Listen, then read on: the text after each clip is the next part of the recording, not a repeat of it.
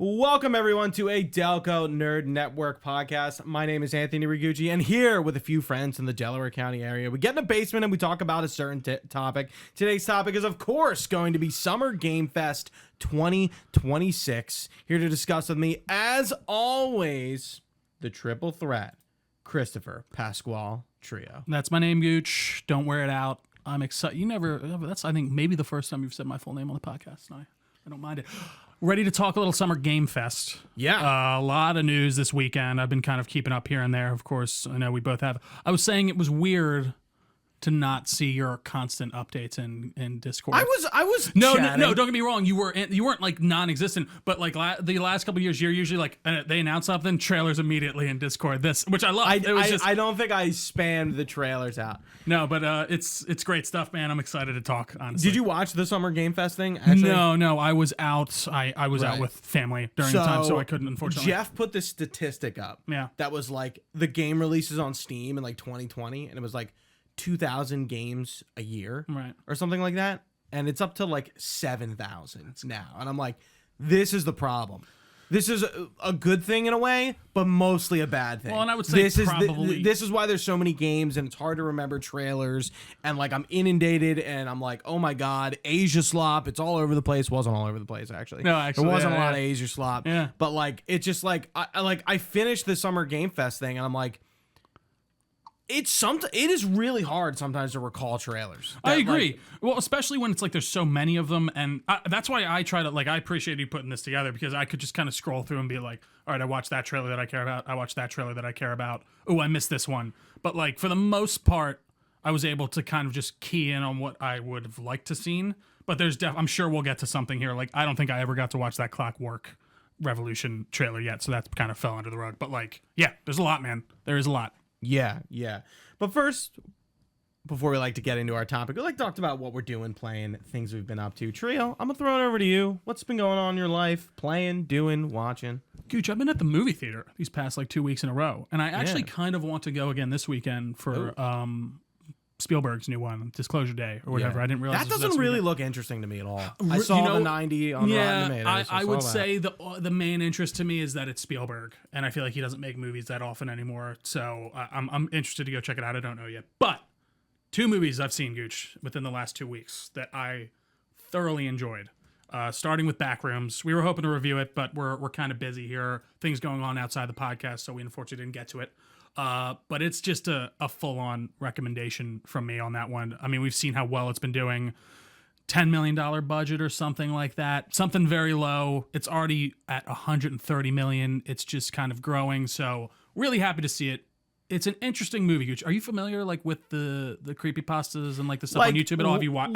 Yeah. It's not an unknown factor. Right, to me. yeah. So like I hear the Backrooms, I know what I'm looking. I know what to expect. I would put me in that same camp for sure. So Kane Pixels, he did, that's his YouTube name, but Kane Parkins directed this.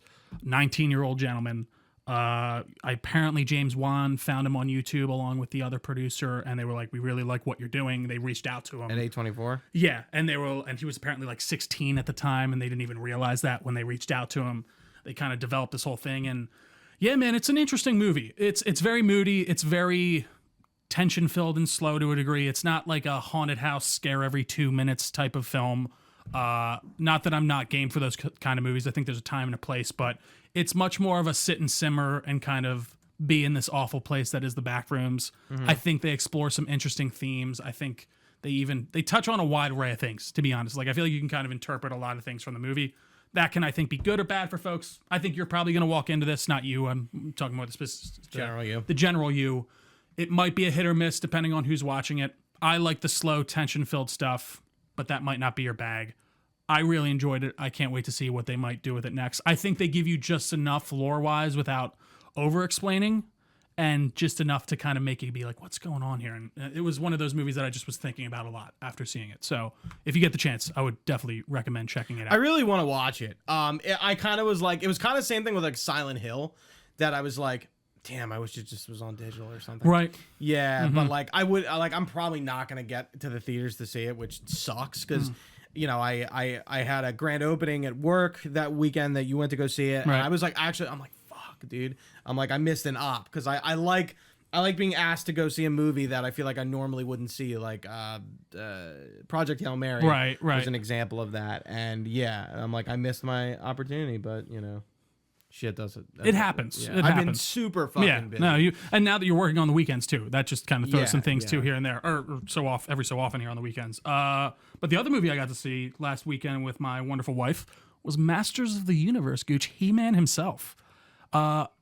It was a lot of fun. Like, I actually was kind of blown away by how much fun I had with it. I have no affinity for that IP. I really didn't either. I will say the only thing that even sort of interested me was the trailers, just because they seemed unapologetically He-Man. And watching the movie, it is like silly costumes, silly characters, kind of silly backstory that's just kind of put on the screen. I think there's a realm, and we've seen it, I think, with the Dolph Lundgren movie, apparently, where they just kind of over-explain everything and they try and make everything realistic. It real serious. Yeah, and like try to give it a grounded feeling. This is not that. It starts in the real world, and then Adam kind of discovers what's going on. I like the angle of, like, he doesn't forget. So he's sent away from Eternia at a young age when Skeletor invades, and, like, he remembers everything. He's 10 years old, so he's drawing, like, pictures and, like, drawing pictures of Fisto and Mechanic and Bullethead and all these people, and like he's given them exactly he's given these people these names, and there's almost like this kind of meta thing to it in a way, like storytelling, which I appreciated. But for having no affinity for that IP, I think it was so much fun. Some of the best costumes and sets I've seen in a movie in a while. The color is there. I can actually see what's going on, and there's a part like, why is Skeletor the way he is? He's like, he's bad. I don't know. He's a piece of shit. Let's go. And I appreciate that. You don't need to give me Skeletor's whole backstory on why he's a big skeleton man. Right. He's just a blue guy with a skeleton face. Jared Leto, not bad. Dude, he was great. And it pains me to say it. Like, he is awesome. It's him in the mocap. He's in the suit. They just mocap his face basically to the skeleton. And he's great. That's cool. I hate to say it, but he is really good. I think I'd hate to hear it. Like he's giving it like a lot of camp, but not so much that it makes it kind of ineffectual. Like, he dances on the line of scary and kind of silly, I think, in a way that you kind of rarely see. So begrudgingly, I will give Jared Leto his flowers on this one. And if you get a chance to watch it when it's on Netflix, I think it's worth it. I think it's worth seeing in movie theaters because, like I said, real sets, real costumes, everyone looks great. Mechanic was my favorite. Again, Gooch, who was that? No one knows, but he looks cool as fuck. He has weird triangle glowing eyes, and he has an extending neck that he fights with. And yes, it looks silly as fuck, but I loved it. Toy movies are a thing. Yeah, no. And I mean, apparently, James P. Willems turned me on to that. It was like, what's the next thing besides superhero movies? And he's like, toy movies. Well, and that was the thing back. I mean, like, yeah, Transformers was that was an ad. Transformers? That was an ad for the toys were made before that show was made. They made and even like He-Man, I'm pretty sure it was the same way. They came up with him as a character and then made the show to sell the toys. You can't do that anymore because it's illegal in the US. Now you can only just you can't make a show with the sole goal of selling the toys on the show. You can make like Star Wars and you have merch that's on the side, but like it's kind of interesting. Yeah. There's laws around it now. I don't know exactly how that works, but I was gonna say, I'm like, I couldn't give you an example of that even in our time period. Yeah. But, so I think it was much more of an 80s thing. But go see Master of the Universe. I think it's going to be, I think, a Dungeons and Dragons situation again for me, where it's like, this is a really great movie. I think people who like it and even don't really know much about Masters of the Universe can enjoy it. And I actually really like the guy who played He-Man himself, Matt, I can't remember his name. They swapped him out, but he was great too. A lot of fun stuff. They swapped him out? So this had been percolating for a while, apparently, and Netflix had gotten the rights, and I think there was someone else cast as He-Man, and then they swapped him out for the gentleman who they have now. And yeah, Gooch, I do want HR Skeletor action figure. Please and thank you. Also, Jim Bro Skeletor. You got to see the movie to see it. That's all I'm going to say. Okay. Fun stuff. Definitely go see those. As far as games go, we'll touch on some stuff that we're going to review, so I'm not going to go too deep in here.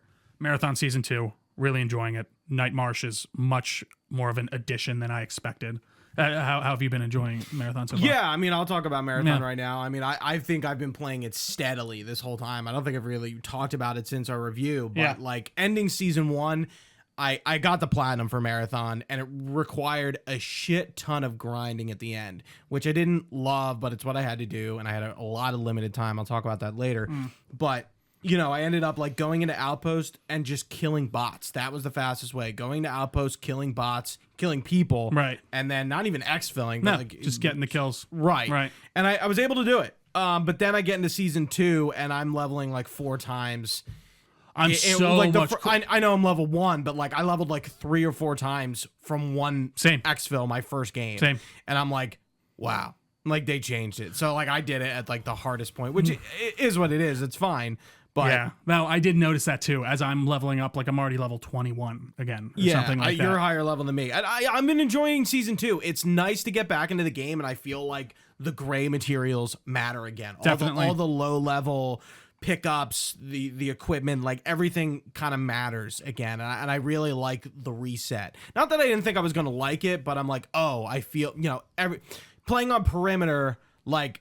Again, I'm on the first map. It's not necessarily easier, but like everything matters. Absolutely. Those runs matter. Like exfilling matters. Getting that loot matters. Whereas before, it's like you're a higher level. You're getting a lot of free shit. You have a lot of stuff. Like I've only played a few times in the season. I've played the night map maybe like 2 or 3 times. I was shitting my pants the other night. I'm not even kidding. Like I'm slightly joking, but like I got in a quarantine. And you know, the kind of, there's like a cubicle area, and I turn my light on, and like the screen next to me like sizzles, and like a voice yells. I'm like, what the fuck? And I saw a ghost, Gooch. I don't know what it's definitely in the game. Yeah, there are. I saw one like scream and yell by me, and I'm like, I am getting the fuck out of here. Like, I did not expect how much of a difference Night March would be from Day March. You're still solo running? I am. I'm just trying to catch back up. Not asking me to play. I'll tell you that I'll much. get you back on there, Gooch. Don't worry. I've been trying to catch back up. I've just been wanting to do the contracts that I want to do. So I've just been really kind of grinding some of them. I don't love how they recycled the same contracts. They have added new stuff. Like there is new things to get. But yeah, I get I'm skipping like the AI dialogue. I'm like, I don't need it. Like I could like listen to this again, but it's like. No, I agree. I'd be curious, like how that could work if there was a different way they could work. They're eventually going to have to update them. And I think I would assume that's the plan for sure. Yeah. But yeah, no, I've been really enjoying it. I have been enjoying the solo runs for sure. But Gooch, don't worry. Don't feel bad. I'll get you on there with me. It'll happen. Okay. Other than that, GTA 6, I've been working my way through. I don't need to go into that 5. much. No. Thank you. I'm getting ahead of myself. Yeah, I know, right? GTA 5. Been interesting to go back. That will be the last of the 3Ds to go to. Playing the campaign. Yes. Yeah. So that's been a lot of fun. Nothing really major to report there. Other than that, it feels very much like a marriage of the silliness of San Andreas and the freedom of San Andreas with the HDness and the fine-tooth comb that is current day Rockstar, and even, you know, as far back as 10 years ago. So it's been a lot of fun. I did play a bit of Forza Horizon 6 on Game Pass. I picked up for a little while. Those games are so much fun, especially if you kind of do dive in that way just for a little while. They give you a lot of things to do in the world, especially for just racing. It's been cool to be in Japan. Beautiful landscapes, all that good stuff. I don't know enough about cars to tell you about how they're running, but guess what, Gooch? Tell me about the horsepower. It feels nice to do a Tokyo drift in Tokyo. That's all I'm going to say. Yeah. It's cool. Been hearing great things about Forza. And it's nice that Xbox, like, I feel like compared to Gran Turismo, like, Forza seems to have it more. And I think it's because it caters to a casual audience. I was going to say, yeah. And Forza has shifted away from Forza Motorsport to now Forza Horizon, which is just more, you know, I'm sure because they used to alternate them, right? Yeah. Now and it's it used to just be Motorsport, right. back in like the 360 era, but now it just seems like like I don't not take Forza Horizon seriously. It is an arcade racer, but I feel like it does both elements. It's much like you're saying. It's much more welcoming, I think, to the Joe Schmo than like your it's not your Gran serious Turismo. Gran Turismo. You know, like we're racing. You can NASCAR. tune your car, which, by the way, you can in Forza, but like I don't touch that at all. Like you can tune how much torque is on the right front wheel. I'm like, I don't know what's going on, but it feels great to play too. Genuinely, like as you get into a groove, especially with the drifting and everything. Setting works great. I love those Tokyo drift vibes. And then 007, I won't talk much more beyond because we'll get into the review beyond saying it's fantastic and it's everything I was hoping / expecting it to be. And you know, cheers to IOI for for hitting the target, as it were. It's killer stuff, really is.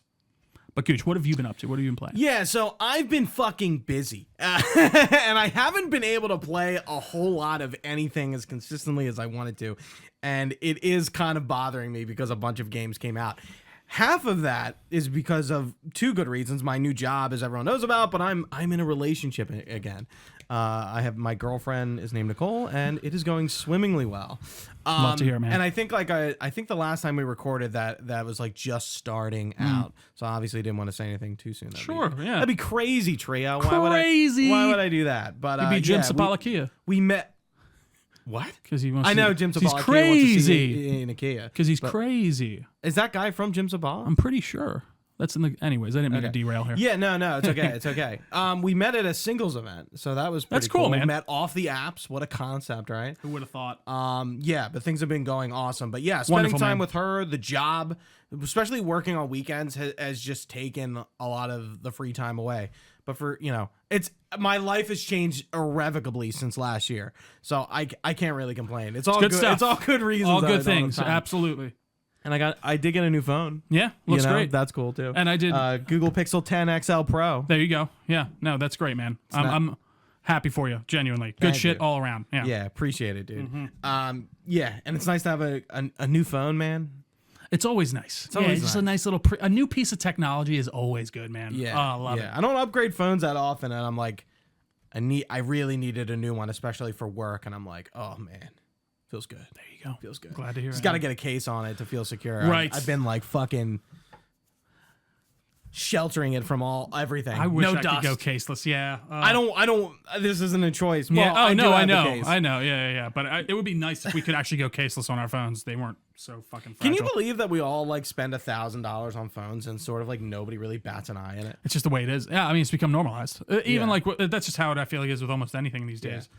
And also, I think the big thing is most people aren't buying them all outright. It's usually like a payment plan that you pay alongside your, thing. Oh, I buy outright. Yeah, well, I have. That's the good call if you can, for sure. Yeah. But I think that also contributes. But what I've been watching, you didn't mention this, but I know you're watching it. Spider Noir. Oh, duh, I've actually been watching it with Nicole, which is pretty cool. Black and white? Both. Oh. Yeah, we're following that tweet. Nice. And actually, I think like it's pretty cool. It's interesting. I'm excited to talk about it, and sort of continue a conversation we had in Wonder Man, in the Wonder Man review. But if you're watching it, I would just alternate. I feel like you kind of miss out on just doing one or the other. I will say I'm very much in the black and white camp. After starting it and then going to black and white, the vibes are significantly for black and white, in my humble opinion. But I do think you're right. You do miss out on some of that like Technicolor kind of vividness, which can look very cool. But I've definitely settled. I watched the first 2 episodes in color, and then I just went black and white for the rest of it so far. But no, I've been enjoying it, man. I fucking love it so far. I've been liking it. Nicole has been liking it. Is this like a one thing? As far as so far, I think I wouldn't be surprised if they do a season 2. I mean, we both haven't finished it. Yeah, so I don't know how it ends. I know Nick Cage was talking about like we did what we wanted to do with this first season, so I assume it's a contained story. But I'm assuming room for a follow up if they want to do it. But he's so good in it. I love the costume design. It's a fun vibe. It feels like a noir. It really does. Yeah. Yeah. And it doesn't feel like a Marvel show. No. And that's the conversation we're going to talk about. Sure. In the review, for sure. Well, it doesn't feel like a Marvel Universe show, but it's very much a Marvel. Like it feels like a Marvel Spider Noir comic to me. It feels like a Marvel adjacent thing, but not a Marvel thing. Sure. Anyway. Yeah. Yeah, we'll talk about more on the review. I'm excited, yeah. We talked about Marathon, playing Saros, and I don't think I like Saros. Again, we're going to talk about it more in the review, so I'm not getting in depth with it. But Returnal, here's what I'm going to compare it to, and I'll leave it at this. It's like when Thor Ragnarok went to Love and Thunder. We did the same thing again. It worked once. Why not do it again? And I think it's like, I don't think you can do this a third time.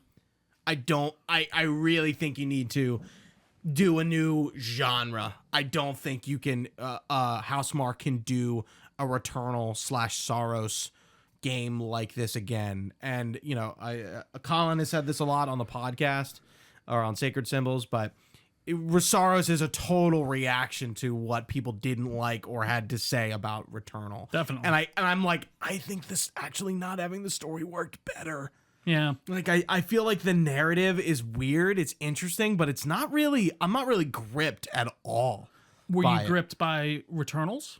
I was interested in Returnals. Interesting. And I think I was like, because there's so much more mystery about Saros. Yeah. Between all the echelons, all the people, what happened to them, what this planet was.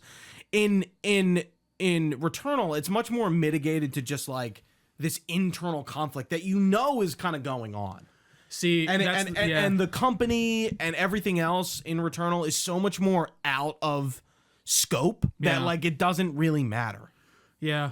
I'm interested to talk about it because I think I'm comprehending Saros way more than Returnal. Like, I think it makes more sense to me as a narrative. It was funny because then you were talking about it, and then I was like off the cuff, like telling you about the game, and I'm like, I didn't even know I could like remember this. Yeah, like Returnal, I know there's the Moon Man, and you go to her house a bunch of times. Right, in the car, and the crash, and then she leaves, daughter, and then she comes back, and like, or then she dies, but she's still there. So like, yeah, I think there is an ambiguity to Saros that maybe might work against it.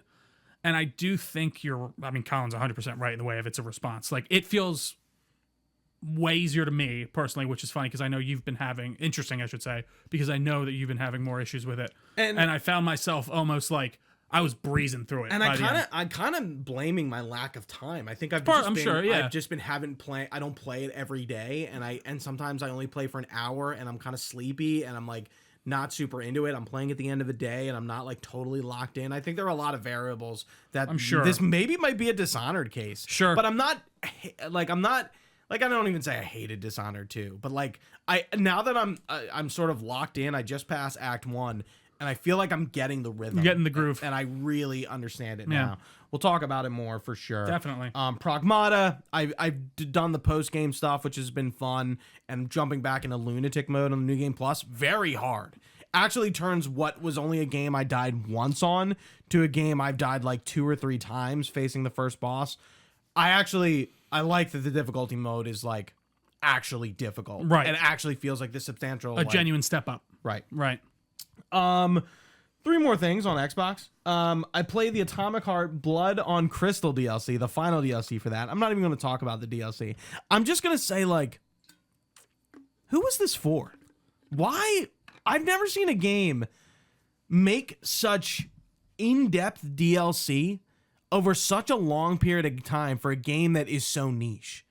Like, is there somebody making a lore video on Atomic Heart on YouTube, you know? It is funny to me how niche Atomic Heart is because it is just another BioShock, like, in all said and done. Like, especially when it comes to the way it plays, and even I feel like that's where they've taken this inspiration from of doing these kind of wild and fantastical, DLCs. So I don't know. It is interesting because I think the spacing has just been the biggest, weird thorn in the side. Yeah. Like 2 years almost. Yeah. And like it's not bad, but like I'm just like, who gives a shit about this story to come back to this? Yeah.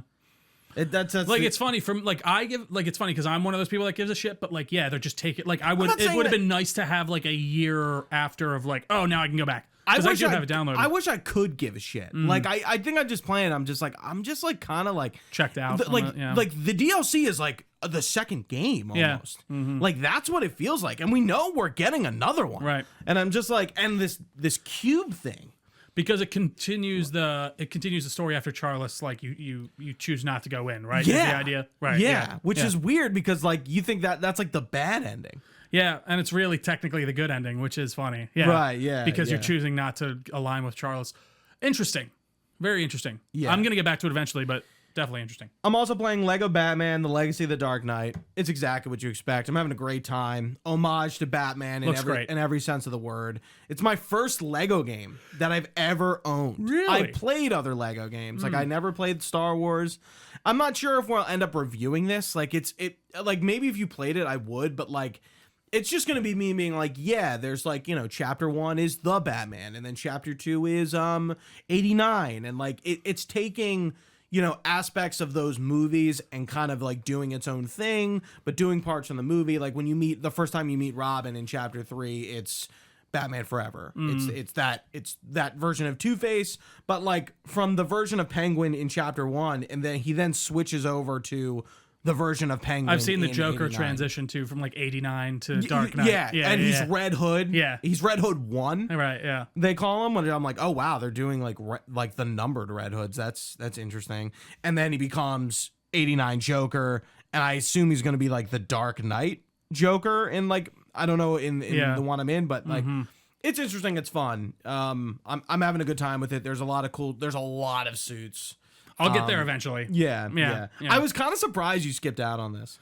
Just with so much going on right now and so many different games coming out, I felt like I could save some cash on my Lego game for a little bit. You know what I mean? I don't know. It didn't feel like it was calling me this instant, but I definitely want to play it eventually. Yeah. And then lastly, First Light. Just to echo you, it's a great time. I'm loving it. I'm really excited to talk about it. That intro cinematic, oof. That just transition. I need to go back and listen to our Hitman podcast before we do that review, because I want to see what we talked about and then like what. I was actually kind of going back and listening to it a little bit, and literally I think the stuff I was talking about is almost word for word kind of what we got, which I was expecting. So that's great. I know a streamer I watch who doesn't really like it. He loved Hitman, but I think like this kind of like narrative game that's linear like just wasn't for him. Like he was looking for it more from a gameplay angle, and it seems like that's going to come. Like that, hey, like we're gonna go back to Carpathian, and there's gonna be another story there, and it's gonna be like, you know, one of the locations game modes or something, right? Or there's like tactic sims, yeah. I only did that like once or twice. I from Lockmore talking about it on Summon Sign on Last Stand Media. You should do some of that. Yeah, I'll mess around, and especially like the tutorial stuff you should go into. But like, there's a few times where it makes sense in the story, and now I'm like away from MI6, and it doesn't make sense. So. Interesting. My immersion trio. Got to keep it immersed. My immersion. But that's it, man. That's all I'm playing, watching, doing, all Can't that wait to jazz. talk 007, genuinely, whenever we do that review. All right. Summer Game Fest. Here we are. Game Fest my summer, Gooch. Okay. Sure. I like to throw curveballs every once in a while. Yeah. So like we always do, we're not going to go over everything. I feel like there's a lot more this year than I feel like there usually is, but there's also like less press conferences. Like notice like Ubisoft didn't have one. That's a good point. Square didn't do their own thing. Yeah. I feel like the companies maybe are falling out, and it's just better to like, I feel like weirdly enough, like we're going back to how E3 was when it's it's Nintendo, PlayStation, and Xbox doing their thing, not okay, here's Ubisoft, and then IOI's doing a thing, and then Square Enix is doing a thing. Like, it's going back to just, like, the tentpole stuff. Right, yeah. So we're going to start it off with the PlayStation State of Play that was about a week ago. And we're going to go in order. Yep. Marvel's Wolverine. We finally saw some, like, legit gameplay here coming out on the 15th of this year. We got a first look at Jean Grey, as well as a little bit of Mystique and Sabretooth who have we seen before. Yep. Super violent. Probably like one of the bloodiest games we've had in a long time. It's not just like, oh, I chainsawed a guy in Doom or Gears. Like, you're like eviscerating these people. Yeah, I will say, like, it is violent, but like I didn't see a lot of like... It was a lot of slashing and blood coming out. Like, I didn't feel like there was a lot of, like, arms getting cut off, heads getting cut off. Like, it did feel a bit cheap violence to me at some points. Like, it's just, like, he's slashing, blood's everywhere. There's not, like, a lot of, like, actual, like, you're not seeing the slashes open and, like, people. So, like, I do think it looks great. Don't get me wrong. And I think the violence is welcomed and it's needed. But I do want a bit more severing, if I can. Sure. But so from what we got of the story, it's pretty interesting. The X-Men don't exist. It's like an X squad or something like that. Mutants aren't really a known commodity yet. Yeah. They're in hiding. Yeah. And being captured by Thrask and Reavers. Yeah. If you don't know who the Reavers are, Logan, those guys, those mercenaries. Yeah, the cybernetic mercenaries. Yeah, what were you about to say? I don't know if I love the angle of the mutants being in hiding and like Jean Grey showing up in like a black out. But first off, she looks fine facially. She looks bad. No, she doesn't. She looks like a normal. She looks like a girl. It's Mary Jane again.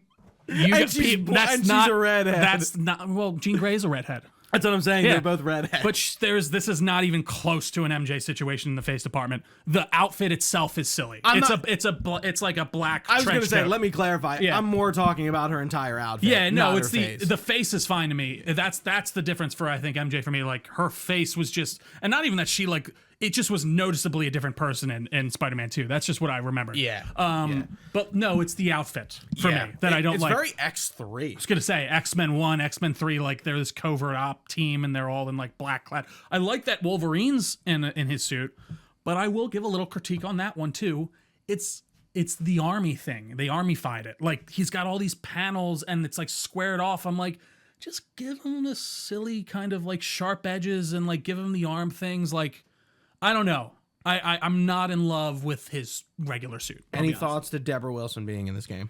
Is she? She is. She plays a mutant called Callisto. Oh, I didn't realize that. No. Are you serious? I mentioned it. I missed it. I mentioned every time Deborah Wilson is. Who is Deborah Wilson? Why am I forgetting? Are you fucking for real? Deborah Wilson. Survivor. Jedi Survivor. Yes, her, right. Yeah. Yeah, no, she caught me. And dude, I've been watching CSI. She pops up in a few episodes of that, like from 2005. She's also in like she's in Ace Combat 9. Yeah, I'm like, yeah. dude, she's in like so many games. It's so funny. I have no problem with Deborah Wilson. I don't either. I just think I sure. can spot her voice a mile away. And again, she's usually like when you see like Joel. Who plays Joel? Who plays Joel in The Last Troy of Us? Baker. When you see Troy Baker in a role, he's in a lot, but like it's not usually him playing a person that looks like him. Don't get me wrong, that happens. I think that's why Deborah sticks out so much more than like those type of voice actors for me.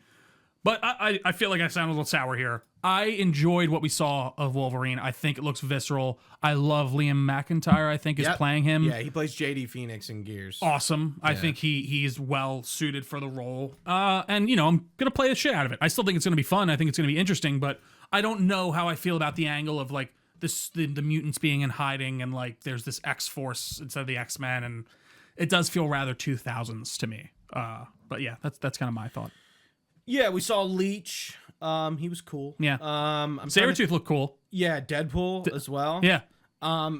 It's gonna, and this game is, you know, it's not a Spider-Man game. It's linear, which I don't know if they ever like flat out said, but I guess it was gonna be kind of assumed, like how are you gonna traverse a world as Wolverine? I always assumed, right? I always assumed it was gonna be like legs, dude. That's it. Like a linearly open world type idea, but it might even be even more linear than that. Like, hey man, I'm not against these linear games. Again, I think Bond is obviously very linear, and that works very well to its effect. So yeah, I'm in 100%. Yeah, I do have a few things, but that's that. It's in the month of madness, just as everything is this year. Right. But yeah. Moving on, we got Marvel Tokon Fighting Souls is coming out in August. We got some new maps as well as some new fighters, which I'm really interested to see. Green Goblin Looked awesome. I was like, I don't think Green Goblin has ever been playable in anything Marvel fighting ever. I don't think. And same with Carnage. I was gonna say I don't think Carnage has either. I think they're both really cool additions. Awesome, and everyone looks very cool. I don't think I'd pick this game up when it first drops, but maybe somewhere down the line. I think I'm gonna, dude. Maybe. I don't know. It looks great. It really does. I think that, like, I need to get away from MK, and I'm gonna get MK again with Injustice 3 whenever that rolls around. Yeah, I'm still curious how that's gonna all shake out, but yeah. Yeah, and like, Magneto, it's gonna happen, of course, Magneto as well. So they announced a bunch of villains coming soon. Love it. Rayman's Legends Retold. This is a remaster or remake. Who fucking knows? Oh, it's a full remake. I have it right here in the bullet. This is coming to all platforms on October 1st. This leaked a while ago. So again, this is just a remake of Rayman Legends from like early. It was like an Xbox One, PS4 launch title, if you recall correctly. Yeah, not really into Rayman. Not too much to add. Neither here. I know that's like a remake of a remake, though, right? I think that's like a relatively recent, I actually think you're right. Like it's like a very recent game. There's a PS4 port for it that I think works perfectly well still. So I think Rayman Legends is like a retelling of the original Rayman. I think you're right. I've never played Rayman. I have no fucking idea. Next up, we have I'm only bringing this up for one specific reason, and it's really just a hate on the developer. Kimuri Hunt the Unseen. This is a 2027 release window. We got a new stylish gameplay trailer shown. Yokai hunting action game. And if you're thinking yokai, doesn't that remind me of Ghostwire Tokyo? It should, because Ikumi Nakamura is the director who left Ghostwire before it came out. Ghostwire ended up kind of being shitty. And then we never heard from her again until this game's coming out. And I don't like her as a developer. I think she gets a lot of flowers for no apparent reason. She worked on Okami. That's kind of like her. And Evil Within. Right. Like monster design for those games. Oh, I'm like, okay. that's what she's known for. Yeah. But I'm like, since she has become a meme, she's done nothing. Nothing. Right. It's sort of like a feel like I Jade can't even Raymond, remember Amy the meme. Henning situation. Yeah. And I don't mean to hate on the female devs, but like That's Amy just Henning was like well known for stuff years ago and has done nothing Since Uncharted, the Uncharted games, and has done nothing in a while. And Jade Raymond, same thing, has done nothing in years. And Well, it's so just she kinda got let go from Fair Games, right? Wasn't she the Jade Raymond? Yeah, she was the head on Fair Games, I'm pretty sure. And then she worked at Stadia for a little while. Yeah, that was And before him. Yeah, like it's just like, okay, like I hate seeing her come up and like, you're not like a known quantity. Like I think you got a lot to prove still. And I'm probably not going to get this game. Right. I'm very uninterested in it, but like we'll see. Right. Like prove yourself. I think you got something to prove here. I concur, Gooch. Next up, we have Tomb Raider Legacy of Atlantis. This is a remake of a remake. This is a remake of the first Tomb Raider game, which was also a remade, remake, called Tomb Raider Anniversary. It's coming February 12th, 2027. This was delayed from this year. This is a remake in Unreal 5 of Lara Croft's first adventure. This is being developed by Flying Wild Hog, Crystal Dynamics. We got gameplay, cinematic. You know, there's dinosaurs in this game.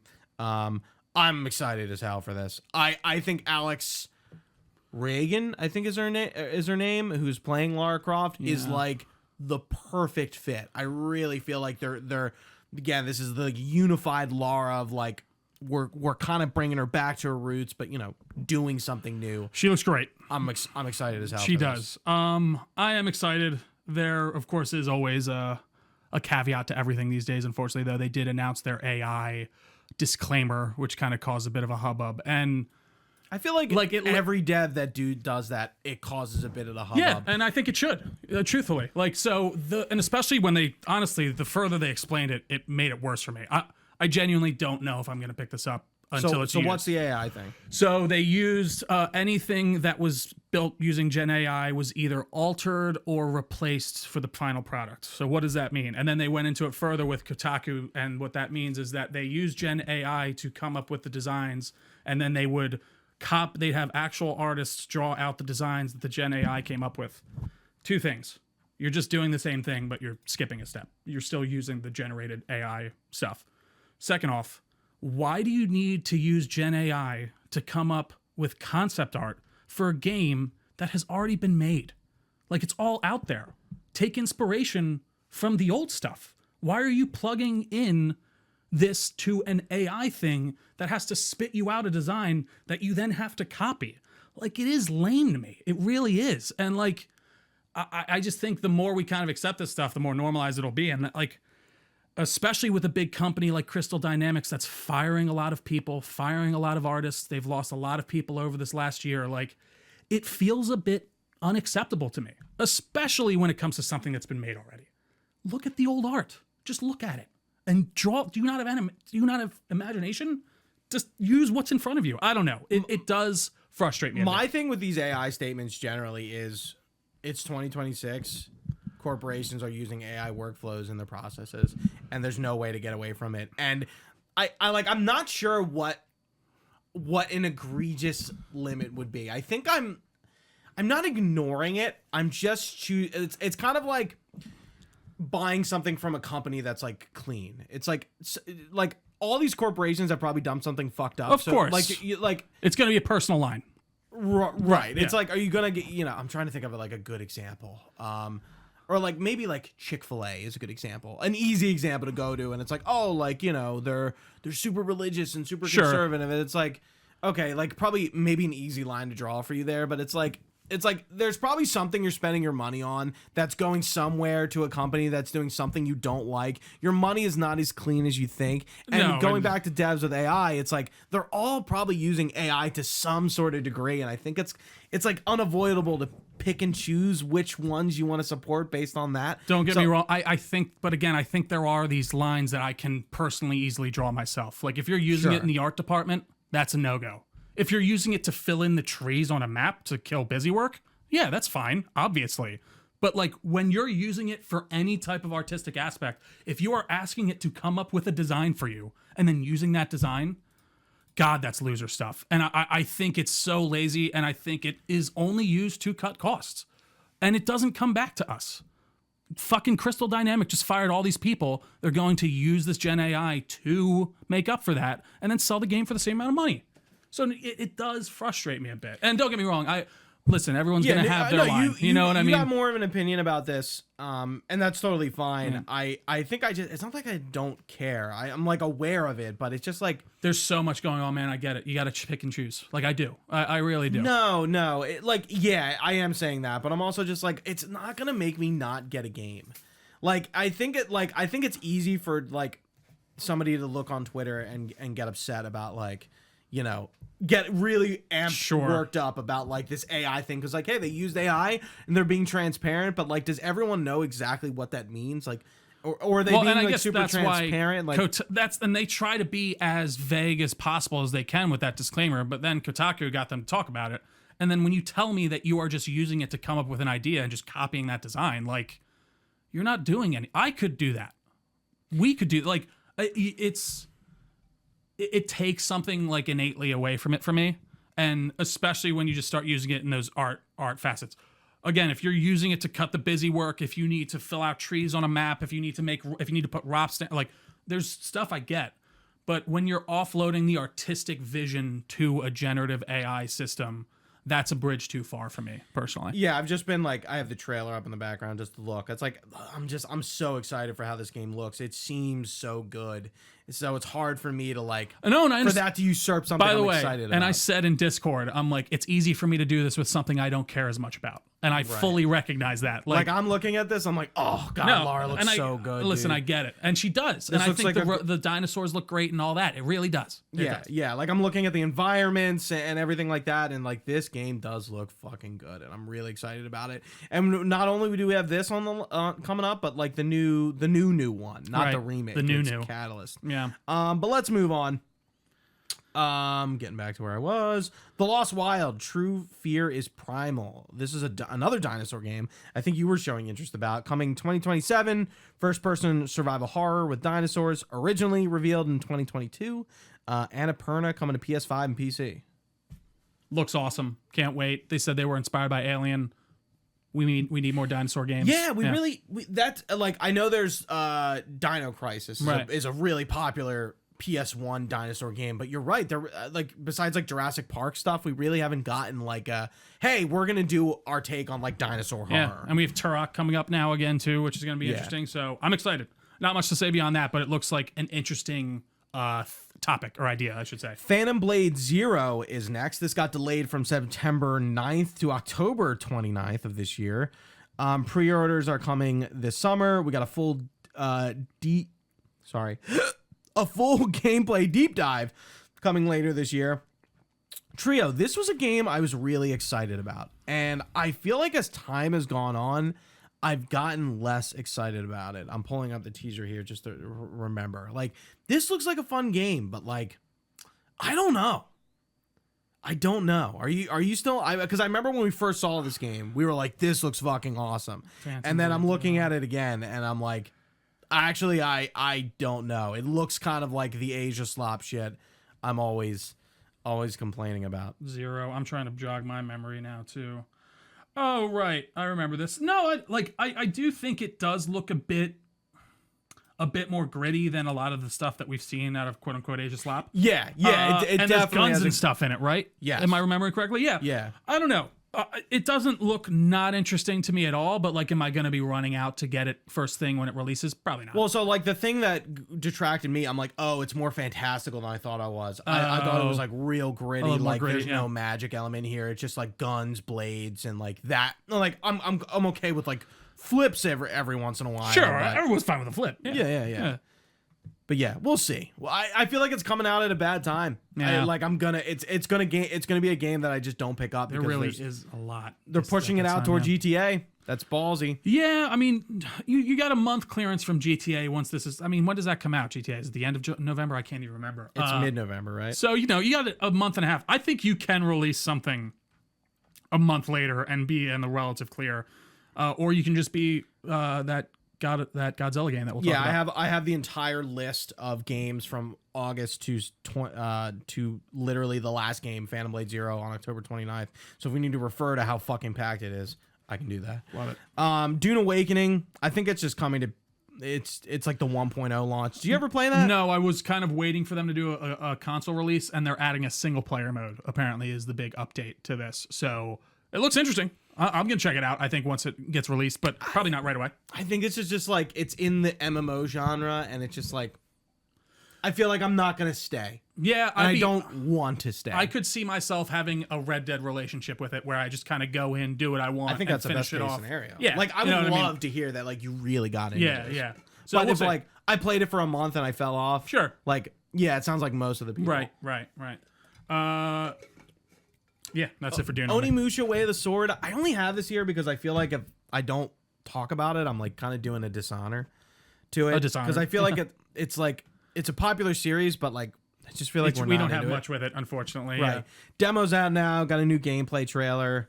This is going to sound so dumb, and that just shows you how not in the knowledge I am on this. Is this the zombie one?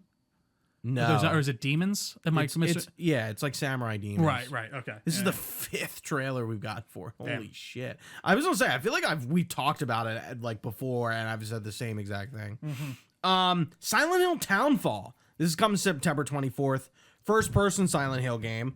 This is the one with the CRT right in his hand. Yes. Yeah. And it's in like not Silent Hill. It's sort like of like Maine, I think, area, right? I think it's like Scotland. Oh, is it? It's like an island. Oh, I thought it was like northeastern U.S., but that's cool if it's actually like a different country. Just like Silent Hill F, I'm like skeptical, and I have no plans of getting it at launch. But like, yeah, like it like if it's good, like I guess I'll get it down the road. Just like you I haven't plan played on doing it right. with F. No. I forgot you didn't play F. Yeah. I would say I'm less skeptical after playing F and like seeing what Konami is kind of doing with the series. I'm excited. I'll probably pick it up day one. I like the shift in like atmosphere and even this idea of having the CRT instead of the radio. That's very cool to me. Yeah, so it's Simon Ordell is called back to the island of Saint Amelia to put things right, encountering a town lying quietly beneath a heavy fog, seemingly abandoned but not at rest. Venture deep and driven to understand his connection to the place and its inhabitants, Simon begins to discover fragments of his past. So yeah, it's like typical Silent Hill shit, but not in Silent Hill. Right. So just like Silent Hill Alpha. I wonder if they're ever gonna like go back. Because it seems like they're kind of staying away from like actually doing the town of Silent Hill like they did with the originals. Yeah, I don't know. I think it's also just to kind of expand a little bit and to show you that Silent Hill is a bit more than just the town of Silent Hill. Right, it's a vibe. Yeah, it's a vibe to a degree. So I don't know. I dig it a lot. I'm excited to see what they do. Ace Combat 8 Wing of Thieves is coming out October 2nd. We got more gameplay as well as cinematic trailer. Deborah Wilson is also in this one. Any interest in this? It's kind of like Metal Gear Planes. Yeah, like not it's really. like Japanese. Like it's just like, I mean, it's not like Metal Gear. I think I played an Ace Combat before, but it's like it's a Japanese like we're gonna have a cinematic story. You know what? It's actually like. Armored Core. I would kind of compare it to the way they tell the story, and they're in vehicles, and it's all times, right? Yeah. No, I like it. Okay. Interesting tidbit with this: the pre-order bonus comes with a remake of the first. Actually, I don't know if it's the first. It's Ace Combat Zero: The Balkan War. I think if you don't pre-order it, that's the only way to get it. I'm like, wow, that's insane. That is what game wild. did that? Modern Warfare, I think, did something with the Didn't original. Assassin's Creed do it as well with the Spider-Man remaster of AC3? I think so, but also Miles Morales, you could only get the updated version of the PS5 version of Spider-Man 1 with, I think. But then Miles they Morales. all went back on Then it. they ended up being able to purchase it on its own. I have a feeling they'll do the I same think so, with this. too. I'm like, Yeah, that's yeah, so like what? You're gonna like crazy. Mm-hmm. Crazy.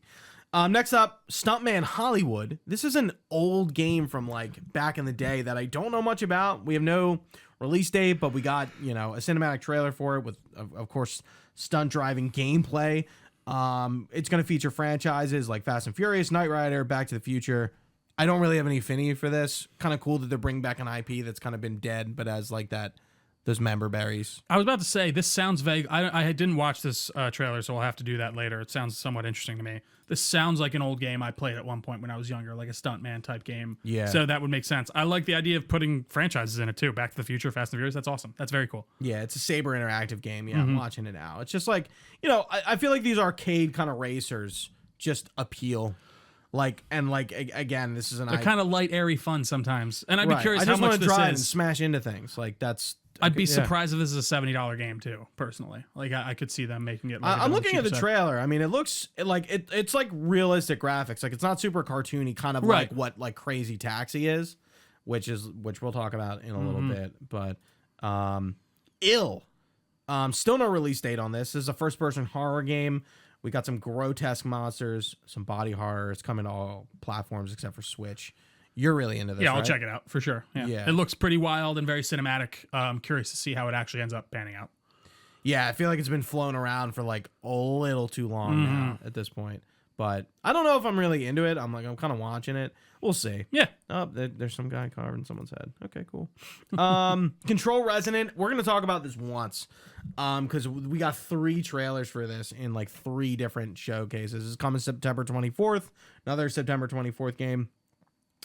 New gameplay featuring Dylan Faden, and we also get brief appearances of Jessie. I'm curious if she's going to be playable, how exactly she's going to be in the game.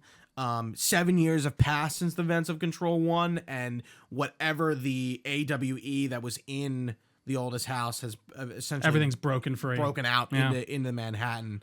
And I know that's going Containment on. has failed. I know that's going on during Alan Wake 2. Yeah. Because they talk the agent in that, played by Janina Gavankar, talks about like, I haven't had contact with like the oldest house in like months.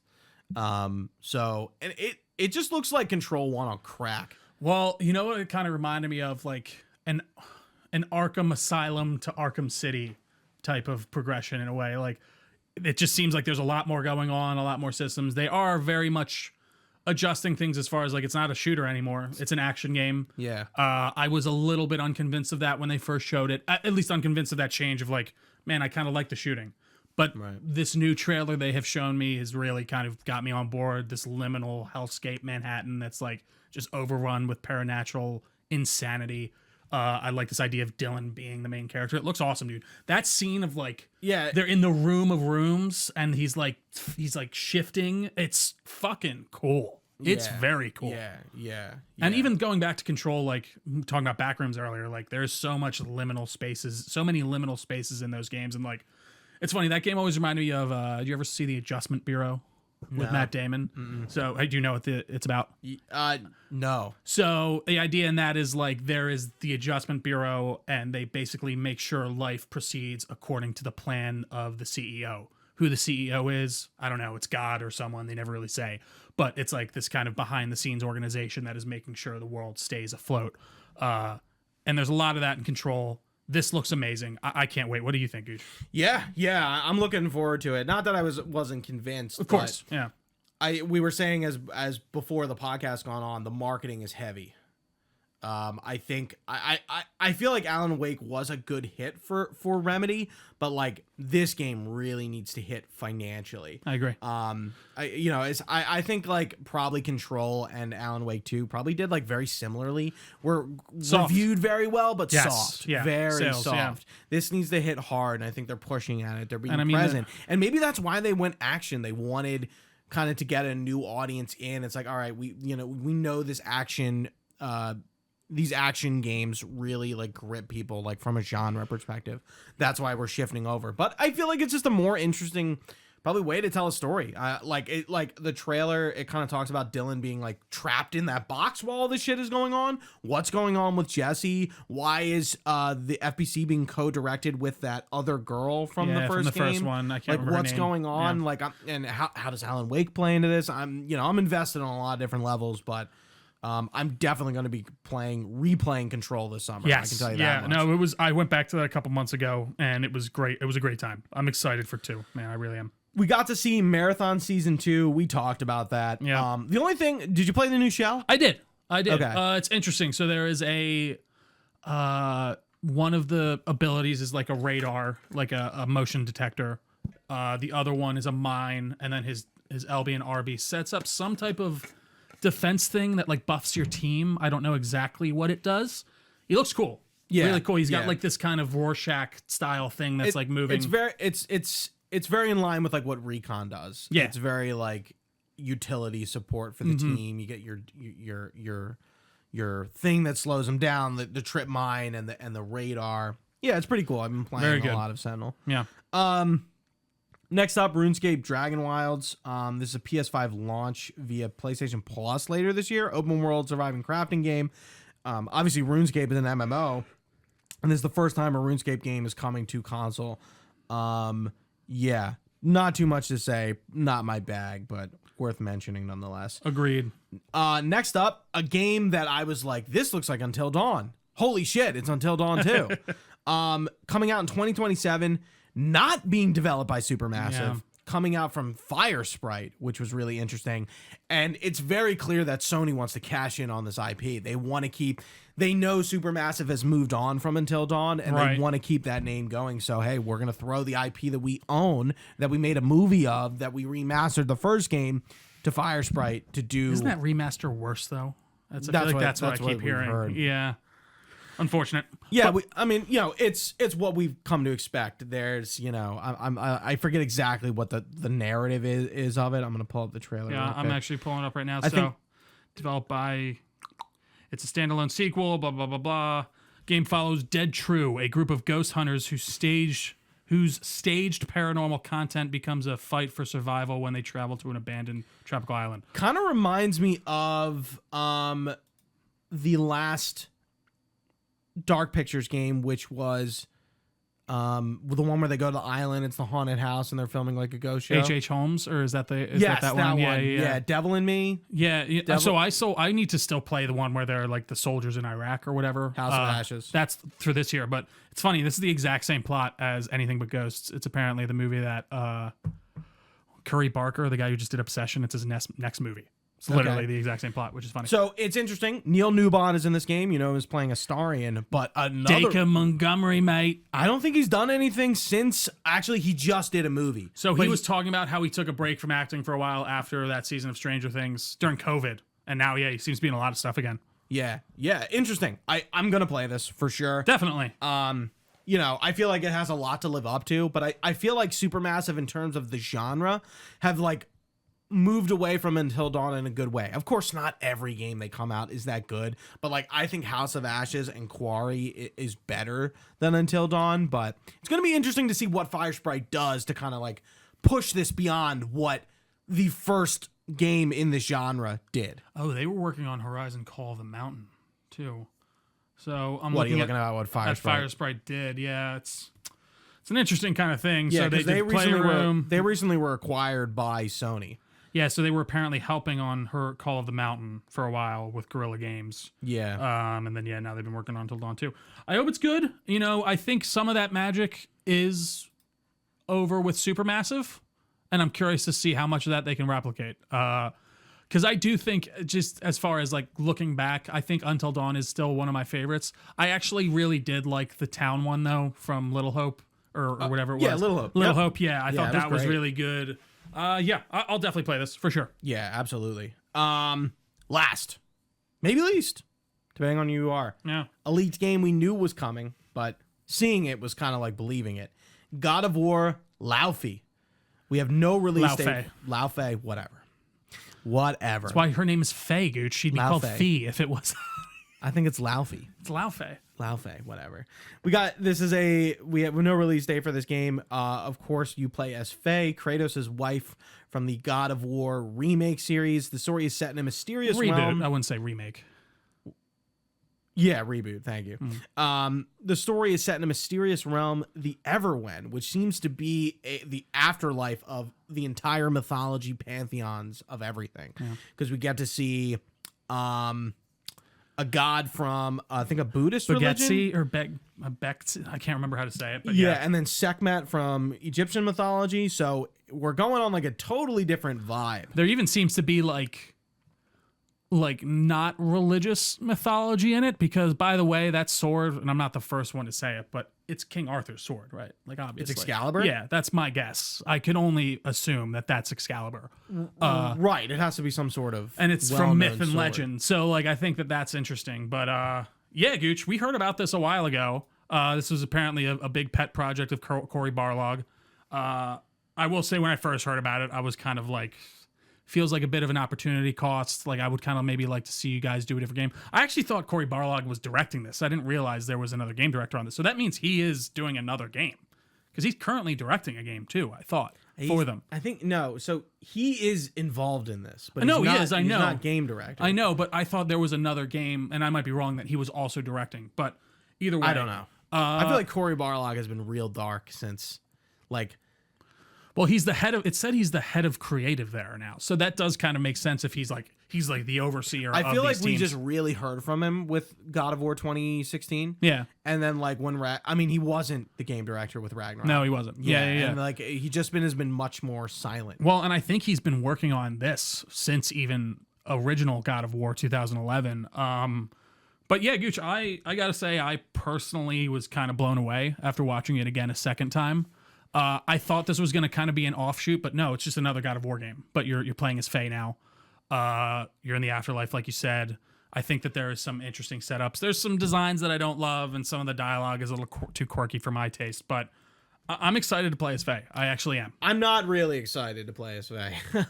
And I think it's just from the fact that like God of War is such a specific thing, and I think they're getting away from like that. What's the specific thing? It's kind of like machismo and a bit like gratuity, or not gratuity, grotesque and violent, and like really like kind of like this Gears aesthetic that I feel like if you tried to do something else with Gears that wasn't Gears, it wouldn't be Gears anymore. And so I'm kind of looking at this and is like, I feel like God of War is its aesthetic is very distinctly male protagonist, big brawler, fucking things up. I'm not saying Faye can't do that. I was gonna say she was fucking some things up, but I feel like they're like kind of moving away from that tone. And it's not like God of War hasn't done spin-offs, but they all have been with Kratos. Sure. And am I gonna get this game? Yeah. Did the first 23 minutes of it necessarily sell me? Not really. You know, it was gameplay, but it's a lot of like, okay, they walk for a second, and sure. we got to see the verticality combat of it, awesome. and the combat looking a lot different from God of War, which I think is okay. The combat being different and setting itself apart is fine, but it's just the aesthetics of God of War that I feel like we're losing by not having Kratos. I mean, how hard is Kratos going to be in the plot? We see him in the trailer. It is a good question. See, like, I guess I disagree, because I feel like that would have probably been a critique to make during the first reboots, because I feel like this is very much in line with the tone and look of these reboots. For me, it's like the aesthetics, how it plays, how Faye's fighting, even like, and even going back, I did mean to mention, I forgot that I've been playing the original God of War, and I'm about 2 or 3 hours in, and yeah, I don't know. I think it's kind of hitting all of the things that I'm kind of expecting out of a God of War now. I like Faye as a character, especially how they've talked about her throughout the other games. So I'm actually interested to learn more about her as a person. I think her being alive really irks me. But she's technically, I guess, like, whatever the fuck that means. Yeah, I'm actually fine with Kratos maybe getting a happy ending for once. Like, and actually maybe being able to be with his wife again and stuff like that. Like, this whole arc has been the redemptive arc for Kratos, and I get it if you want, like, and I'm not saying this is you, I'm saying, like, in general, maybe people, they want that angry Kratos who's just killing things all the time. Like, I don't know. I think there is an interesting idea to him growing, and I think there is a lot of interesting lore and aspects to explore when it comes to these different mythologies and this idea of the everyone. And I kind of do want to see them get reunited again. I love Deborah Ann Wall. I think she's one of my favorite actresses. I think she kills it whenever she's in anything. And I just think that there's a lot of interesting stuff that they showed me, especially when it comes to the different gods and the different mythologies. So I don't know. I'm definitely pretty high on this, and I'm pretty excited for sure. Yeah, the cube and the sword were definitely like, I like the and cube. all the dialogue that came out of their mouths. I like Jack Quaid as the cube, and I actually think his dialogue worked for the most part. The only one I didn't like was the ribbon, really, actually. I just don't need them to point out. There is this thing with AAA games where it's like, oh, did you know you could do this? Yes, I know. I'm not an idiot. And Faye talking a lot during the trailer was like, oh, God, here we go. And again, I think that's AAA, like, that's AAA-itis at this point. Truly. AAA slot. Yeah, I mean, that's just the thing. And I don't know if that comes from them doing play testing and people are like, well, let's go, what am I doing here? Like, that's my only assumption. But yeah, no, I think that's definitely my... Yeah, I don't dislike it, but I'm just kind of like, the idea of it on paper is not appealing. And even now that I've seen it, I'm like, okay, this looks interesting, but like, I don't know.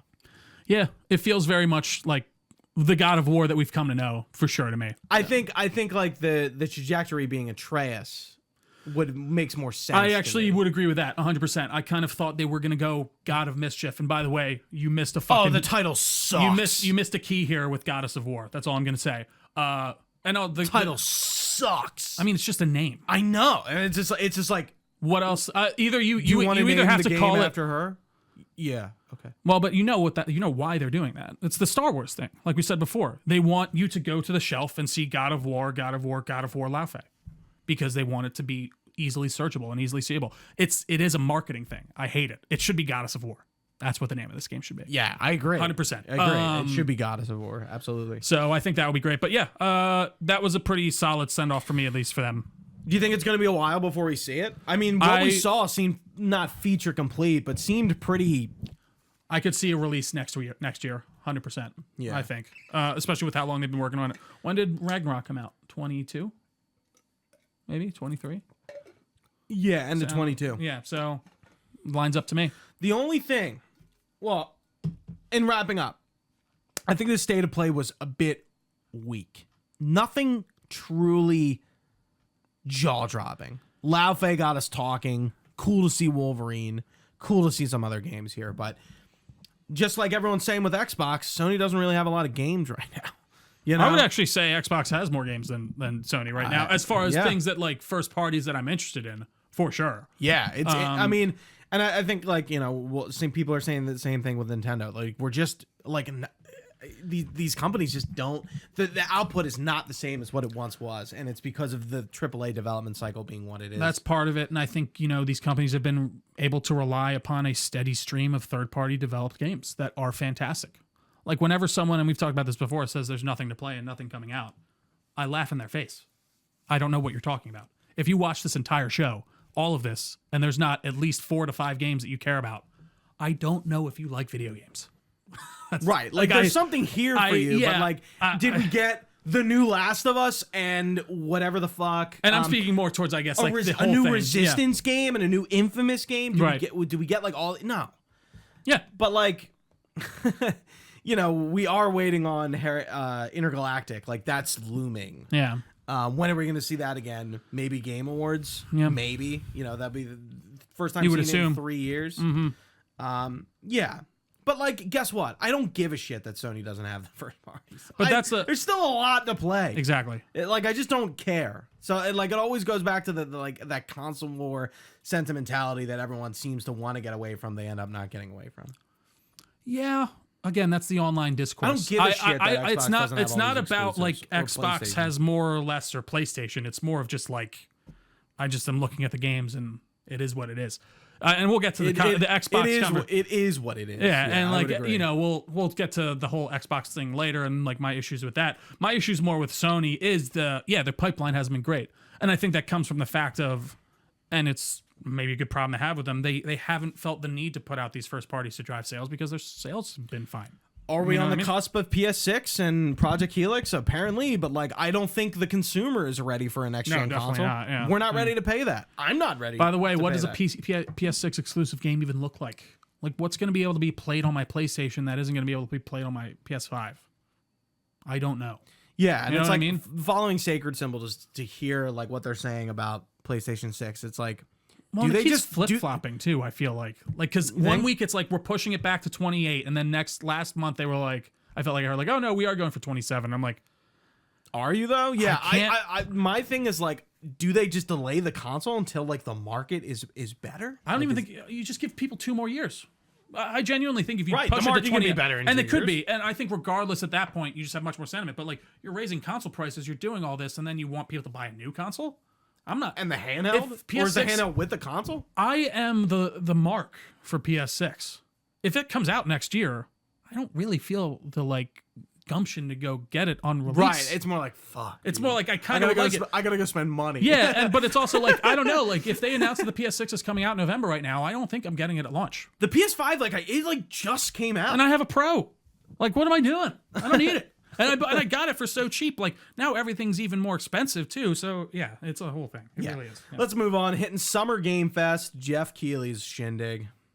Mm-hmm. I'm really upset about him and Kojima, whatever's going on. It's funny. Is anything even like? That's what I'm curious. I don't know. The fact that he's Because feeding they're into both and they both feel like they're tweeting stuff. Like I don't know. I'm curious. Yeah, it is funny. Shake Jeff's hand. Yeah, Kojima. what's going on, dude? If he really got upset like about like not winning I E3, doubt it. that just seems so silly. I disagree. Yeah, I just don't see I it. saw a tweet about that like Kojima Ever since hasn't E33 1 or whatever, right? They were like, oh, they're not right, friends anymore. Kojima and Geoff haven't interacted on Twitter since the Game Awards. I'm like, I don't know. I feel like Kojima at this point, Death Stranding, we're very away from Death Stranding 2 now. Yeah. And I feel like his head gets down at a certain point where he like stops That's what I thought. Twitter Yeah, engaging and he starts working on his game His for a next little while, game, right, and yeah. it comes back up for air and he's tweeting a bit more, and Right. you know, OD is kind of looming. We didn't see that. we did not, right? Fizzant, like Kojima has more going on now than he ever has. So I don't know. No, it's true, man. A lot. Genuinely. Anyway, coming out of Geoff's show, we start off with a banger. Capcom, here we go. There we go. Resident Evil Veronica, the remake of the same game with a different name, Code Veronica, coming out in 2027. We really see a whole bunch of this, to be honest, which I'm actually okay with. We get a trailer of Claire Redfield going to Paris to search for her big bro, Christopher. Which is not a part of Code Veronica. It's part of the like cutscene in the beginning where we see Claire running from Umbrella when she's searching for him. So I think we're going to see more of the Code Veronica story fleshed out that we didn't see, which Nice. is like what these remakes have done, right? Yeah, yeah. We're getting more stuff. There's more story there. They're going to do more with it. Because we don't really see the Code Veronica that like we know in like Right. full bore. Yeah. Yeah. There's really not much to say in terms. This is one I have a big blind spot for too. I didn't know much about Code Veronica. I was It's asking you. I was like, where does this take place? Like in the timeline? Yeah, This, that, it's so between 2 and 4. Yeah. and is like, it first person in this? Like the new No, one? it's third. It is third. Okay, I Oh, thought I was seeing like in the remake. Because I thought I was seeing like first person Could be both. screenshots. That would make sense. Yeah, I with would guess 9. so. Yeah. But yeah, I'm excited. The Claire Redfield's model looks fucking gorgeous. Well, and I mean, she Oh looks my God. she looks the same but aged, which I appreciate too. Yeah, like I'm it just does look like wow. yeah. It's like a substantial difference from what she looked like in 2. Put away your big dog eyes and roll up your tongue, like, dude. oh God, Claire, honk! Don't kill Claire. Yeah. Oh, shit. Yeah, but it looks great. I mean, I'm gonna buy it, obviously. Yeah. Why wouldn't I? Yeah. I'm in. Capcom, let's go. Capcom. Cuphead sequel and a mighty Cuphead adventure coming from what's this fucking dev's name? I forget. But we're getting a Cuphead sequel, so no gameplay, just like hey, it's coming. And then they showed off a spin-off title, which is more like a Mega Man sort of style game, sort of going back to a modern sort of retro aesthetic visual style. It's retaining the classic Cuphead gameplay, but it's more in this classic Sonic Mega Man sort of style, which is cool. I feel like it took them like 17,000 years to make that sequel, and they have to do something else to generate income. Right. So I kind of get why they're doing this. No, I agree. That makes sense. Did you play Cuphead? No, I didn't. Or I played a bit of it, but it was so hard I literally couldn't finish it. I think, if I remember You correctly. and a lot of other people. Yeah. I'm gonna let you take this away. Alien Isolation 2. Yeah, Are you let's following do it. along in the doc? I am. Yeah. Okay, cool. So, official title confirmed. Alien Isolation 2, of course. No release date announced. Coming to PS5, Xbox, Series consoles, Nintendo Switch 2 as well, and PC.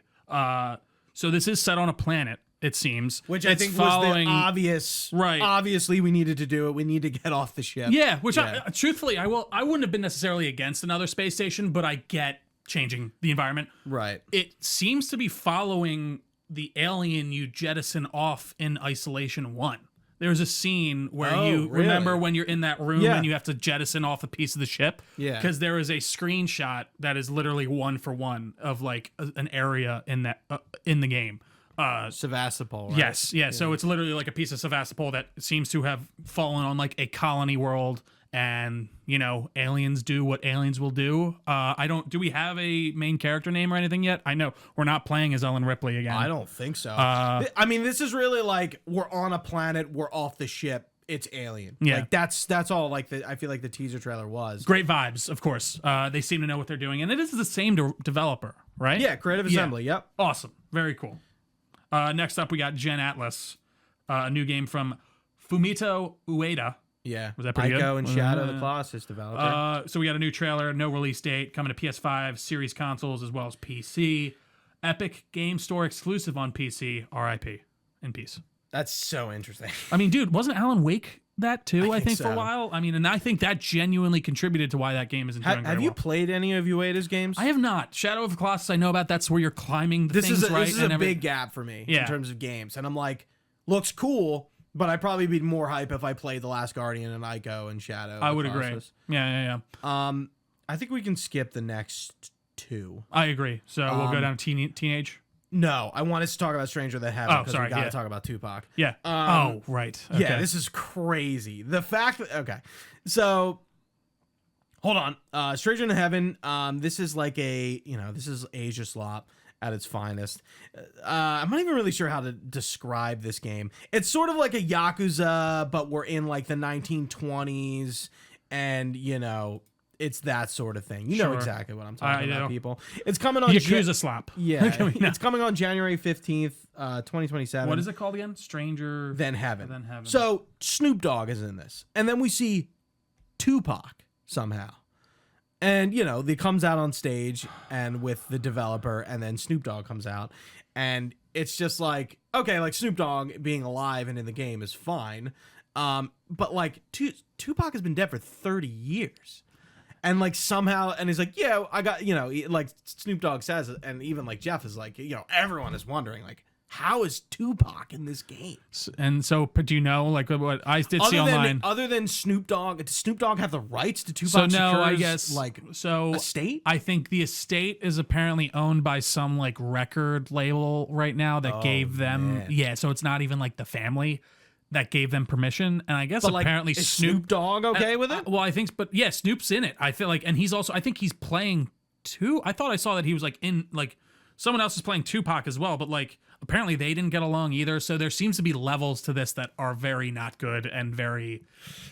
It's like the thing, like I don't. So there was. Did you see the thing with Batman, second Batman, Val Kilmer?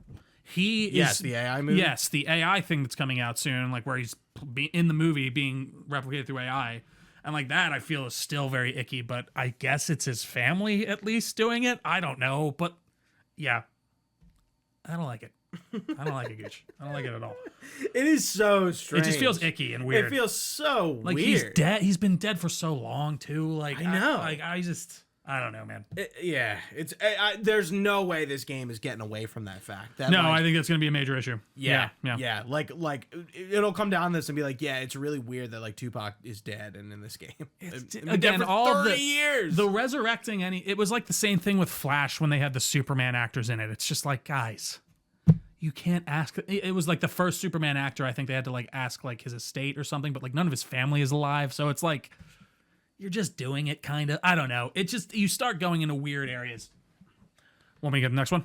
Yeah, get the next two. I'll take over at Guild Wars 3. Sounds good. So next up, we got Teenage Mutant Ninja Turtles: The Last Ronin, being developed by Platinum Games. So this is not the same TMNT Last Ronin that was originally announced. This is a whole new game. Yeah. Because I thought that game was like canceled. It was. Yeah. So that was being done by, I can't remember who else. We got a trailer reveal, no release date.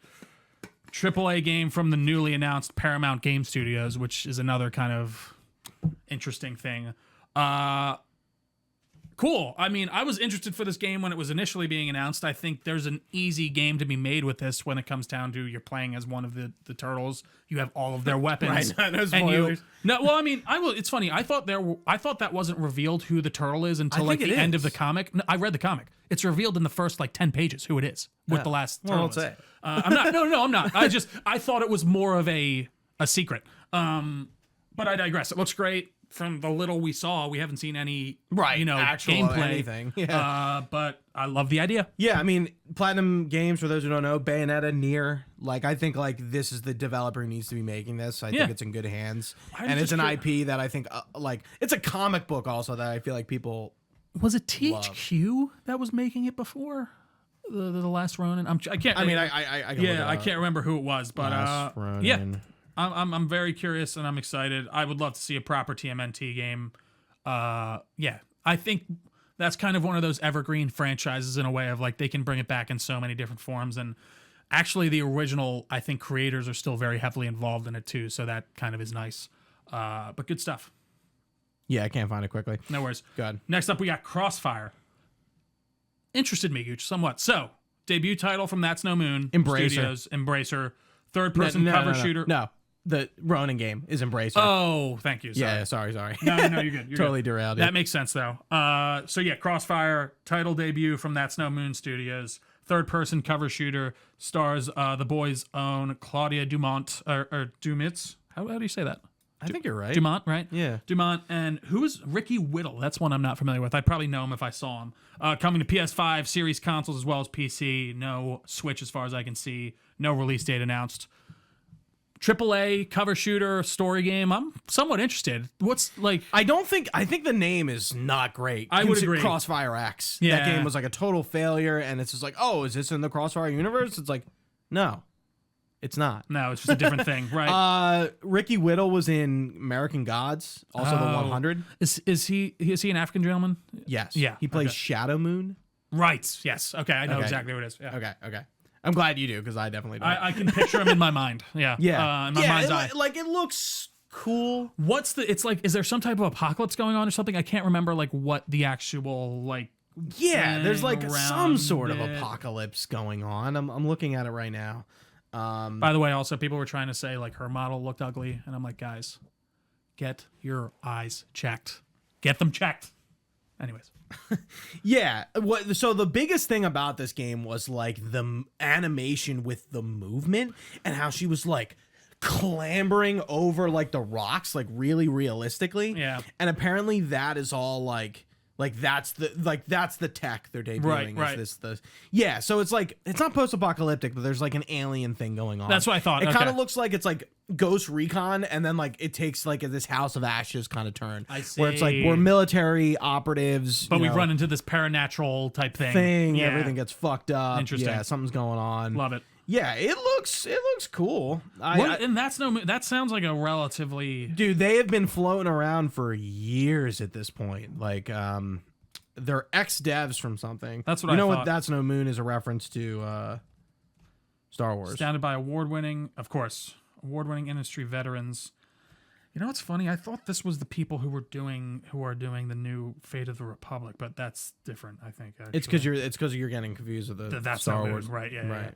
Interesting. Yeah, I'll check it out. I think I want to see more. Mm-hmm. And then next up, Gooch, we got All right, give me the floor. Chud Wars. You said that, and I'm like, a lot of people said that. It was just because I knew it said Guild Wars, but it was like when I just scrolled over it, I was like, just unfortunate lettering. All right, so Guild Wars 3. We've known about this for a while. Trademarks, not really leaks, but trademark leaks. Right. That like they have the website name. ArenaNet has been developing another game for a little bit now, and we've known about that for a bit. Right. So this is a sequel, I guess, to Guild Wars 1 and Guild Wars 2. This is going to be an MMO that is going to evolve the genre, whatever that means, because they haven't told us. There has been a little bit more information just from the original trailer. They are looking to make this an MMO, but to evolve it into modern standards, which is interesting given that MMOs in sort of a classical sense in terms of World of Warcraft and Final Fantasy 11 and 14 in the beginning of it don't really exist anymore. Right. Destiny is the closest thing you could probably get to what like a modern day MMO is. Sure. But this is coming to not only PC, but PS5. Where that Xbox version is, don't know. But being on console, they're clearly trying to appeal to a wide audience. So why be PS5 exclusive is a good question. It is looking to be a prequel to not only Guild Wars 2, but Guild Wars 1. It takes place on the continent of Ur, in a time where magic is flourishing. The guild wars are actually going on, and the trailer talks about like guilds going to Ur, which is not something we've ever seen. Right. To be honest, the guild wars of guild wars, the titular guild wars never happened. Been actually showcased in the game. And it's just like, hey, there's a few races, humans, there's Asura, there's Coden, and they're riding mounts. It's a teaser concept trailer. No gameplay shown. They announced a beta that is planned for fall of 2027. So here's my problem. I'm skeptical. They're going to be supporting Guild Wars Reforged, which is like sort of the remaster of the original. They're still like WoW original kind of idea. Yeah, it's a version of WoW Classic. Pretty, yeah. I mean, actually, yeah, it's the original. Same idea, right? Yes, yeah. So they're supporting the original Guild Wars still. They're still going to be making expansions for Guild Wars 2, in a sense, not obviously full bore, and then Guild Wars 3. And I'm just like, if Bungie can't do Destiny 2 and Marathon, I don't know if you can. There's like 3 people supporting Guild Wars 1 Reforged, right. But like, I don't know if you can support like 2 big games like this. Like, I just don't. And you know, it's funny. They had a stream today where they were answering questions, and Collins Johansson, the game director, has been like, "We've been doing this for years already," and I'm like, "But you guys did have layoffs in like 2017, right? Like, you haven't necessarily been stable this whole time, sure. And things have changed with Guild Wars 2 a lot. I haven't played Guild Wars 2 in like 3 years at this point. I'm definitely a lapsed player, but seeing a Guild Wars 3 on the horizon, something that could be like the new, I'm interested. I'm not sold, because I just don't think MMOs as I knew them when Guild Wars 2 came out in 2012 exist anymore. Right. Does this appeal to you, especially like the console version? Like, you played Guild Wars 2. I tried. I got everyone I knew into Guild Wars 2. Yeah, you gave me I gave the old good college try. My computer just couldn't really handle it. I think I remember at the time. Yeah, I will admit, not really a ton of interest from me on this. I think having it on consoles does open that door slightly, and if I see more and I'm somewhat interested, who knows? But yeah, right now my eye's not twinkling for it, if you know what I mean. Yeah, I'm excited. I'm just skeptical. Or I'm interested. I'm not excited. Right. But it's interesting. It's very interesting. I'm going to skip the Gundam one. Let's go to Star Wars Galactic Racer, October 6th date. Pod racing game, right? Sebulba. We've already been in. What is there more to say? I'm gonna skip. It looks awesome. Yeah, that's all I'll say. Skip. Skip. Hold on, I'm trying to say this date. 1666, Amsterdam. New game from the Assassin's Creed creator Patrice. It's like Filet. Desolé? Yeah, I think that's it. Yeah. It's a time-bending action adventure game. There's a playable prologue apparently now. I didn't know that. There's an early access that launches later this year. It's been in development for roughly 16 years. Well, that doesn't sound I was going to say, that doesn't really give me a lot of hope. Yeah, it looks fucking cool. There's a lot of AI in the art. You can see it in the background with the people. They're like, I'm like, ugh. But yeah, it's funny that they're making Assassin's Creed Hex after 16 years. But actually kind of is what it reminded me of was Order in 1886. Yeah. It's like, okay, it's like, you know, that sort of No, it's not really that sort That of era. time period, right? It's right. It's like this colonial vibe time Like magic, period, and then there's a magical element too. Yeah, it looks really cool. It does look interesting. Yeah. AI, huh? Yeah, so there's some of the posters. You can see the people in the background. They're like phasing together on certain things. It's not great. I'll have to look back at it. But yeah, I don't know. I'm curious. Again, 16 years to make that, and then it's in early access. I don't know about that. I'm curious what the gameplay really even is too. Did they show gameplay? I felt like I only saw cinematics. No, it's just a cinematic trailer. Yeah. I'm curious what you think about this. We don't have to talk about it too long. Saw Genesis, asymmetrical multiplayer horror game from Bloober, who's making like a lot of games. Yes, they are. It's set after World War I, and it features The Judge, who is the precursor to Jigsaw. Closed alpha signups are now available. Is this interesting? It would be more interesting to me if it was a single player game. I'm kind of just sick This is of, like what Outlast Trials. What Outlast Trials is, you know, you got the Texas Chainsaw Massacre game and stuff like that, like these asymmetrical Dead by horror. Daylight. Yeah. It's just not really my thing. I'd rather be single player. And it's funny because I know they're doing that Michael Myers game, and I'm pretty sure there's a single player aspect to that one too. But there's actually like a really good Saw game back on like PS3, which works surprisingly well. Do you like Saw? It's like I'm not like a Saw-ite, if you will. A site, if you will. A Sawnese. Yeah, I don't know. It's fine. I like the first one a lot. Just trying to think of like I know. A Sawian? I think Sawnese sounds better to me. Okay, Sawnese. Yeah, that's kind of it, I think. I'm gonna skip Lords of the Fallen too. Sounds I don't know good. much there's to say about it. It's coming out, guys.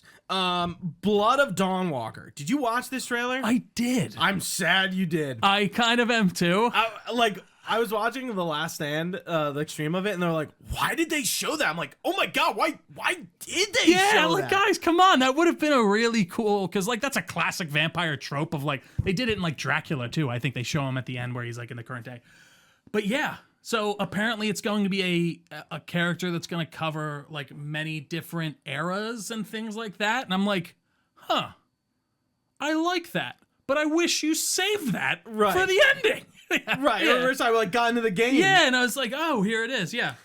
I think you're really into this one. I am. I very much am. I need to watch that like direct they did like a few months ago. They released a lot of good stuff. Yeah. I feel like I'm just not like I saw that original trailer like 2 years ago or whatever it was, and I'm like, I'm in, but like, I mean, it's as Witcher coded as it could be in a good way. Right. Yeah, it's coming September 3rd, so we don't really have to wait too long. No, we don't. And that seems locked in. Yeah, I'm excited, dude. I think again that time jumping idea is cool. I just wish they didn't tell us in the trailers. Like they were so close too. We're like 2 months out. There weren't even any like rumors about that. I never even heard. I know. I'm like surprised. So hey. Guys, maybe keep your load next time. I don't know. Really excited for the next one, but won't spend too much time on it. Star Wars Zero Company coming August 27th of this year. Single-player tactical strategy game, sort of like XCOM, Marvel Midnight Suns. Saw some new gameplay. Anakin is going to be in it. Yep. I'm just excited to fucking play as clones and have a bunch of clone guys. Is it Hayden Christensen?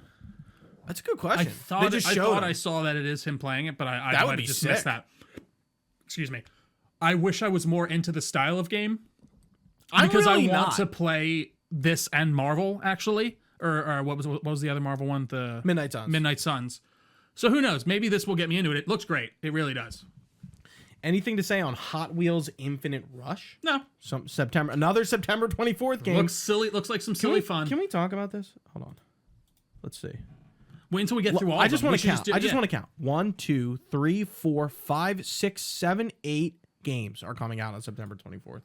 I'm curious to see what those games are. Like, I want to see the list, but we'll talk after.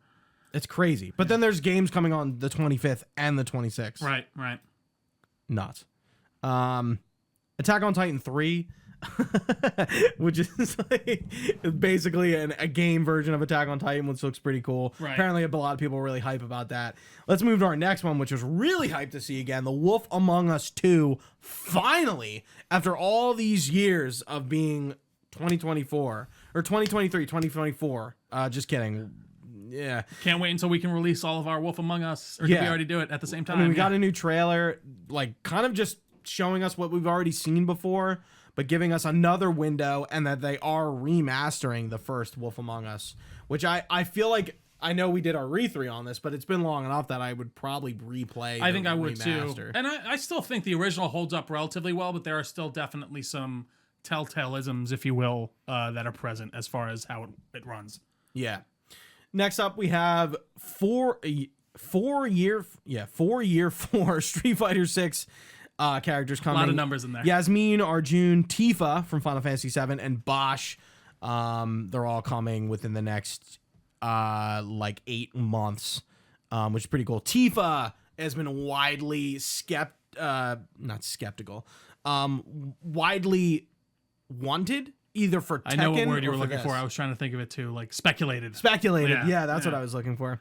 So that's cool. I feel like Tifa kind of fits in perfectly with this. She's a good guest character to have. Street Fighter. Absolutely. Next up, Stellar Blade Blood Rain, the sequel to, of course, Stellar Blade. We have a new protagonist, Evie, who is probably some sort of descendant of Eve from the original. So this is a prequel. Oh. I thought that's what I saw, that this is a prequel. Because look, like everyone's like, look at how it's like busy human streets and stuff like that. Right. I thought it was like in the distant future. Yeah, no, I might be wrong. I thought it was a prequel. But sorry, I didn't mean to cut you. Yeah, so, of course, we have a sexy Korean woman as our protagonist yet again. Instead of fighting with a sword, she fights with her fists. So we're going from kind of a similar thing to, well, maybe not exactly similar, but from like Control to Control 2. Right, a bit of a we're switching shift. up the gameplay. It's still melee, but it's fists. No release date. I mean, I'm definitely in.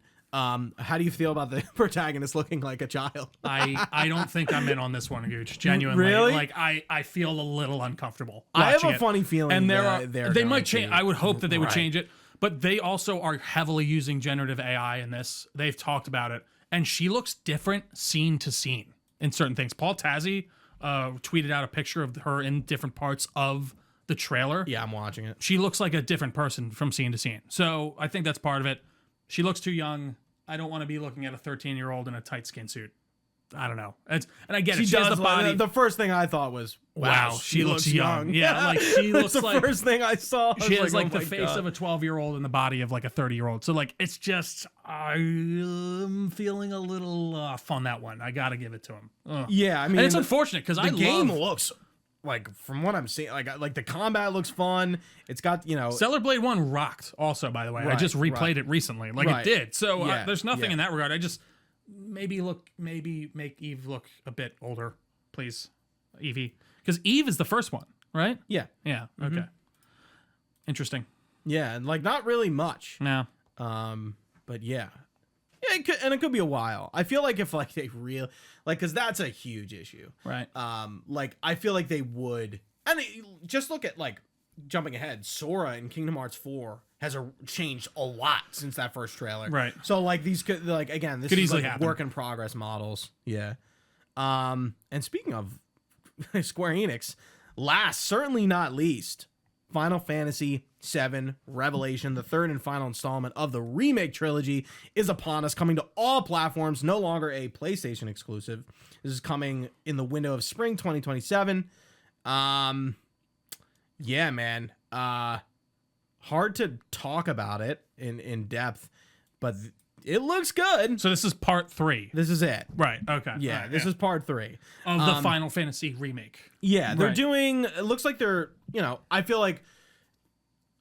What I mean, it was hard to talk about it because it's like it's like in the middle of like one story, but it looks like they are. They're keeping the same aesthetic as the other two games, but they're kind of like iterating upon the combat a little bit, and they're implementing like jobs with different outfits, and that's something that's been in like other Final Fantasy games. Definitely not 7. That's going to affect combat a little bit and give people like jobs and roles. But yeah, here's my only request for this is that it's not fucking packed with extra content. And it's open world again, and it's like similarly open world to Rebirth. So I'm kind of just like scared that it's going to be the same problem of like, dude, there's so much here. I'm going to have to go back to Rebirth soon at some point to platinum it. It looks interesting. I will Yeah. say, for me as an outside in viewer, I eventually would, I think, like to get to these. That was going to be my after- next question. Are you like, now that it's culminating, would you sort of get into it and maybe play the original? That's the thing. I think if I would want to do that, I think I'd owe it to myself, I guess, a little bit to go back and play the original first. If you were going to play Final Fantasy VII, we would have to do a re-3 for it, because I think I want to play the original again to do Revelation. I don't know if I'd play Rebirth and Remake and Rebirth again necessarily, but I do want to play the original again because I played it at the beginning of the remake. Right. I played it like right as COVID started, actually. Yeah. Yeah, it looks great. I mean, I don't know. It's funny. Like, this is a big reveal, but like, and we've been waiting for this for a while. But like, I feel like I actually have little to say about it because it's kind of like it's really proven. I agree. Right? Like, we know what we're kind of getting with this. It's not. You're like just waiting for the finish off, Yeah. Right. Yeah. We're getting our final two main characters, who are Sid and Vincent, to join the cast of characters. We're going to be going to Wutai, which is a Chinese sort of inspired land, where Yuffie is from. And we're going to be getting Vincent's story, Sid's story, and it's all going to finish and be tied with a bow. And then who knows? Maybe we'll see Final Fantasy 17 soon. God only knows. Next up, we have the Xbox Games Showcase. But overall, just Summer Game Fest, I think, was pretty good. There was a lot of cool titles there. I don't know. It didn't feel like, again, not a lot of Asia slop, not a lot of games that kind of blended together. I felt like it had a good... Totally agree. Yeah. Geoff did good. Gears E-Day. We finally got a release date from the Xbox Showcase. October 6th, 2026. An Xbox Series console exclusive trio. Also on PC. Yep. It's set 14 years before the original Gears of War game. We're playing as Marcus Phoenix and Dominic Santiago as a part of Bravo Squad during Emergence Day, which is the beginning of the Locust War. This is going to be 4K 60 FPS campaign, hardware ray tracing, 120 FPS multiplayer trio. What do you think? Why is it? Well, it's funny to me. I would assume that multiplayer would have the lesser frames than the campaign. So that's interesting to me. Yeah, actually, like the last 3 Gears games have done that. Interesting. Where the FPS and the multiplayer is higher. Interesting. Looks fantastic, Gooch. I think this story is an interesting one to tell. I think it's something we hear a lot about within the Gears mythology. So it's cool to see it, fully realized. Seeing Marcus and all his friends in their civvies is fun. Dude, I thought that was such a cool way to start it, of like, we're not in the armor. We're not battle ready right now. Right. Yeah. We're definitely not battle ready. We're just getting, and the idea is this is right after like the colonial wars, or what are they called? The Pendulum Wars have, I think, ended probably within a year. Right. Or two. And there's like a kind of slight peace. Veterans are coming back. Yeah. Right, so assimilating into normal life again. I love the story aspects, and I think it looks like a lot more Gears, which isn't a bad thing in a lot of ways. That's not a bad thing at all. I think it looks awesome. I think they're fine tweaking the cover system, the combat. It looks as tight as ever. I'm excited. We'll talk about a little more details toward the end with the direct, but like, they're remaking this game from the ground up. Like, I feel like Gears has used a lot of its assets again and again and again as it's gone on, but like the roadie one wasn't back. Like, the animations, the active reload, the guns, everything looks new and looks fresh, and I think that's what Gears really needs. New coat of paint. Yeah. And like, yeah, like, you're right. This Gears mythology, we're dipping into a prequel. Like, we know Dom and Marcus are fucking boys, and the camaraderie of the Gears series is really core to it. And I feel like when I think about Gears, like, I get nostalgic, but I'm like, that's like a war story that I feel like is told so well, and is not really about the greater aspects of it, but it's really about Delta Squad. It's about Marcus and Dom and Cole and Baird and some of the other characters, and like the war they're fighting. Well, and it feels like an earnest war retelling that you'd almost see out of like Saving Private Ryan. Yeah. But as like a crazy weird Locust War. Like, and it's taken that seriously, and there aren't a lot of games like this anymore that are just third person story. The military horror. I remember when they that was Gears genre. I'm like, what is that? Military horror?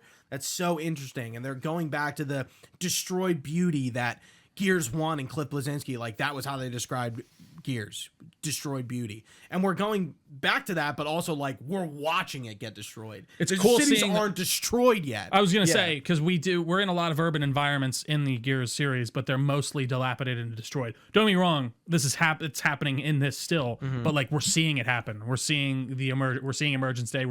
I did like that moment when the crab, whatever they call the things that come Corpser. up. The Corpser's coming up, and then the train crashes down on it, and there's like guys fucking Corpser. And the girl, I think, is like, did I just see like fucking crab legs poking out of that hole? And the guy's like, no, don't worry about it. You're just seeing things, pal.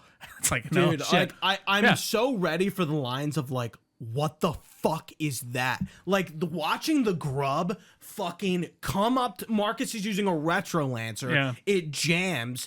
He stabs it. It like pushes breaks it it away, off it, and then he tries to do a pistol, backhands it, and like picks him up and gives him one of his scars. I'm like, they look great, also, by the way. dude. Yeah. I'm like, and then watching Ty. So the chainsaw lancer is because Ty chainsaws a grub, and they get the idea from that. I was curious, like yeah, in yeah, lore, like yeah, that's like, cool. We should do this. Yeah, like this is genius. Yeah, and you get because the Lancer doesn't. I like that idea that like the Lancer isn't powerful enough for the bigger guys. Like that guy literally just breaks it off, and it's right. It's It's awesome. like we get to use the Mark I chainsaw lancer. I'm Yeah. like, oh my god. Yeah, it's cool. This is I never sick, thought about the dude. fact that they brought that in because of the Locust War. Yeah, Right, yeah. Interesting. And Ty being in it, and him being like kind of a veteran there. Yeah. Like older Marcus being baby face. Was the one guy Carmine?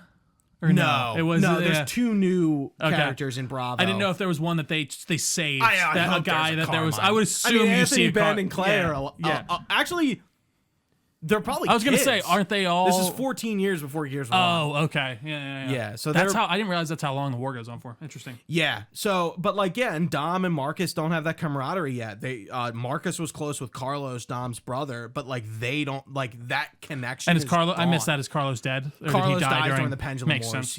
Yeah. So I'm so excited for this. And we'll talk about some more of the gameplay stuff at the end. But next up is Fable. We got a delay, during this, but before this. February 23rd to 2027. We're launching on... Oh, do you want to talk about the Xbox exclusive console thing? I just thought we kind of talked about that by the end. But yeah, okay, that's fine. okay, Whatever you okay. want. If you want to talk about it now, we can too. No, we can talk about it somewhere else, wherever you want to throw it. I was kind of going to wrap it up with like the Sure, what did we think? sure. Right. Yeah. Yeah, so Fable's coming to PS5, Series X, PC. Haley Atwell is playing our villain, Isabella, who's the hero of Wraith March, which is awesome because I think Haley Atwell doesn't do those kind of roles. Right. So who is this a returning character? No, I actually don't- Jack of Blades is in Okay, it, who's a alright, yeah. returning character from Fable 1. So she's a hero that went bad. Is the idea? Seems like. Okay. Because it like from what the trailers we've seen before, it seems like the Heroes Guild is like on the outs. Yeah. So maybe she's like an ex-hero. I mean, Jack of Blades is also a hero from the Heroes Guild, and he becomes evil. So maybe this is like a similar. And kind he's of the thing. main bad guy for the first game, right? Jack Yes. of Blades. Right. Yeah. Okay. Yeah. I'm excited for Fable. I'm I'm too. glad they showed us like a kind of a serious trailer. I like what they've shown, but like we have not seen that gameplay yet. I'm excited. I think it looks great. I get why they're pushing it back. I do feel like this has been a bit in limbo for a bit longer than I would care for, but it looks great. And I think, especially Haley Atwell, that pull is great. I like that idea also of like, if this is a hero that went bad and like kind of is. Which she has played. Right. Yeah. So cool. Next up is Halo Campaign Evolved, coming very soon on July 28th, launching on PS5, Xbox Series X and S, and PC. They showed the prequel missions, which is Operation Meteorite, which features Johnson and Master Chief. Johnson has been recasted, but yeah, we've seen a lot of Why Campaign did they Evolved. recast him? That's a. I was going going to to say, so the actor is still alive. Maybe they didn't recast him, And that's just how he sounds? maybe there's no. Maybe there's some sort of conflict. I mean, they're right. like Yeah, have to. Yeah, they just couldn't get him in. Sure. Yeah, I have no idea. But they revealed some new premium and standard editions for the game. There's like a statue one, Lots of outfits too, which I guess. is weird because this isn't a multiplayer game. It's just it's like the Doom guy outfits kind of almost. It seems Right. like it's So- for you. And they released that cinematic trailer. I'm excited for this. Oh, it looks I'm good. really excited. Yeah, no. I mean, kind of like that it doesn't have a $50 too, multiplayer. which I think is. yeah. I'm pretty Really? sure. Yeah, that's Okay. what I thought I saw. So Okay. I'll take that. I'm in. I'll pick that up next month. That's a nice little surprise. Yeah, it is crazy that it is releasing so soon because I feel like we haven't really known about this game all that long. No, not really. Next up is Resonance: A Plague Tale Legacy, which releases on August 27th of this year, coming to all consoles except for Switch, starring so it's a prequel to Plague Tale Requiem, starring Sophia, who was one of the main characters of A Plague Tale Requiem. This is more action focused, so it's less puzzle solving, more fighting, which I think is pretty cool. I think I really like what A Plague Tale does. I like the universe that they have there. I like totally forget what the trailer looks like, but I've been in since this has been announced. Wow. Yeah, I'm looking at the action now. Like nothing like Plague Tale, where you're fighting, slingshots, and you're using the environment to destroy things, not necessarily using swords to kill people, and with Hugo and guiding him. I'm excited to see what Focus Home does with this game. I really like this series, and yeah, that's all I got to say about it. Love it. It's in Greece. Ooh. Yeah. Interesting. Persona 4 Revival, which is the Persona 4 remake, is coming February 27th of 2027, coming to all consoles except for Switch. It's the first gameplay. This has been kind of rumored for a while, and this is a full remake of Persona 4. It's a series I really want to get into. We'll talk about it a little bit more with Persona 6. Anything? Not really. Not my cup of tea. State of Decay 3. Got anything to say about that? I really don't. Not really. Okay, so I'm going to use the Sea of Thieves to talk about three things here at once. Xbox. Stop showing us Sea of Thieves. Stop showing us Elder Scrolls Online. Stop showing Fallout 76. This is a joke. Every time these come up, every time, especially 76, it's like, it's just a fucking 76 thing. Yeah, but where else are they supposed to do? They just don't. They have their audience bases. They can release the trailers outside of these showcases. I get it. It's a new thing from the games. But they're obviously doing well enough to... see, I just wholeheartedly disagree in the fact of, they're doing well enough to apparently warrant them showing this stuff. Like, they have major player bases. Sure, they do have major playing bases. I'm not saying people don't like these games, but I feel like those audiences are there. Sure. I don't know. I feel like these games have been, all of them have, especially all of them have been out for years at this point. I feel like they have their audience. Sure. And it will grow, but I don't know. There's got to be a better way to show us than Bethesda presents Fallout 3 remake. No, it's just 76. But fuck that. Honestly, that's the reaction. But I blame people for that. That's their fault for having that reaction. And I didn't have the reaction, but it's just kind of it's another 76 update. Let me look at my phone. Right. Again, it's not like many of the things here. It's not for me, so I'm just not going to pay attention when that comes up. You know what I mean? But that's my 2 cents. So you're saying I'm making a bigger deal than maybe I think so. I think they are just those are things they have to put in there because they do well and they're making money off them. So they want to keep people informed on what's going on with them. Mm-hmm. So I kind of get it. We just saw a lot of the recent game that I'm going to talk about next. Metro 2039, which is coming in 2027, launching on all consoles except for Switch. This is the first time we've seen some gameplay. Our new antagonist is Hunter, who was a character from Metro before. He's become the Fuhrer. And yeah, we're going back into the Metro as a new character. Spartans and Artyom are gone, as from Exodus. And yeah, we're kind of dipping back into, I guess, what the series stereotypically was in terms of Metro. Yeah, very much, obviously, it's Nazi Fuhrer inspired. I get that. Yeah, there's always been that aesthetic with these games. Yeah, so no, it looks great. I mean, I love Metro. What was the last one? Exodus. I actually want to replay it again soon. I think it's a fantastic game. So I feel like the biggest problem I had with Exodus was the jank was still very much there. I feel like we're kind of beyond it. I feel like it needs the Kingdom Come to it at this point. Sure. It needs to grow beyond the jank that it had for 3 games and be a AAA quality game where everything feels fucking good. Agreed. Yeah, so that's sort of my want with this. It looks awesome. I'm watching the gameplay. There's a ton of new creatures, a ton of new weapons, some returning weapons. It's there. It just needs to execute. Skipping. This one was a huge surprise and one that I'm who wanted this? Senua, releasing in 2027, all consoles except for Switch. Where it's not a spin-off, but it's a new adventure in the Hellblade universe for some reason. And it's more action oriented, which was obviously a big response to the criticism of Hellblade 2. Which is funny. I thought Hellblade 2 was going to be that. I felt thought like the way this that was a remaster of 1. That is kind of embarrassing. I don't know what they're doing here. I don't know either. Like, this isn't like a franchise you need to continue, and I'm sorry, I know it didn't do well. Like, you didn't We make all know it didn't do well. you get that's just didn't happen. So I don't know. It does feel like kind of a sunken costs type thing. You want to take the next one? Sure. So we got Doom the Dark Ages Revelations, a DLC for Doom the Dark Ages, releasing July 7th. Oh, really? I didn't realize that. July 7th of 2026. I didn't realize that either. New story expansion introduces a glowing javelin weapon and continues the Slayer story. Dude, that look sick. It looked awesome. You know me, I love Dark Ages, so yeah, I'm in on this. I'll play it again eventually. Yeah.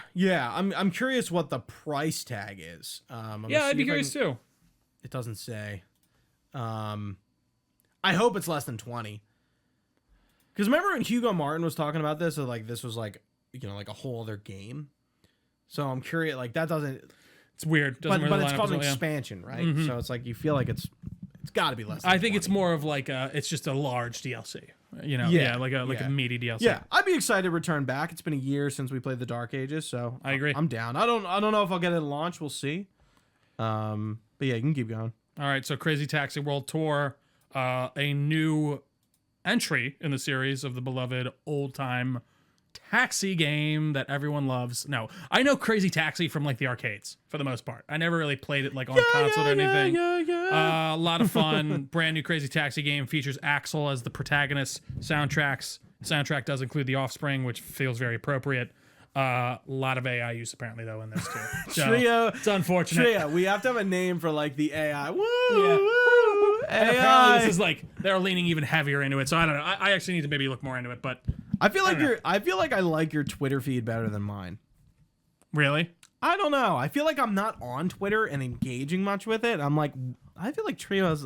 Like not, I don't know. Like well, like I'm seeing more things or certain things, or like yeah, sure, exactly. I don't know if it's I'm like yeah, maybe it's just the people I like and follow. I don't know. I do think there are some like there are a few games journalists that I really like to follow. Obviously Colin on there, and Maddie. I feel like there's some good ones, and I feel like you're following them too. I think you're probably just interacting with other things that are also occupying the feed, so it's just not coming up as much. Yeah, I think a Crazy Taxi. I think a return in this series is cool. I agree. Again, I mean, it like looks fun. Arcadey racer. Yeah, take me to Raytheon. Like like take me to Raytheon. Take me to Raytheon. I need to go murder people. Yeah, I think this is cool, and they're going like all over the world too. I'm not sure where the other games are set, but yeah, dope. I think this is really well welcomed. Next up, Xbox 25th anniversary console coming in 2020 November 26. This is the transparent green. We're also getting a controller. I'm definitely getting the controller. I mean, it looks awesome. Yeah. This is the PlayStation Classic version of Xbox that I'm and the Xbox logo is illuminated. Yeah. I'm like, fuck, dude. Fuck yeah. Fuck, man. Yep. No, it looks great. I'm in, yeah. Yeah, it really does. I think a lot of people like that. I feel like Xbox consoles and skins haven't gone over well. This one was good because it's a shell. It's not just even just a skin. Because I feel like even with PlayStation, like it's just a shell. Starfield was skins, and you can get skins. So Minecraft Dungeons was announced coming on September 29th. Coming on all platforms. Not really a game for us, but I know a game that did pretty well. And I think it's kind of interesting that Minecraft is expanding their IP into these different games, especially with the movie. This all just kind of makes sense. Not for us, but I would agree, 100%.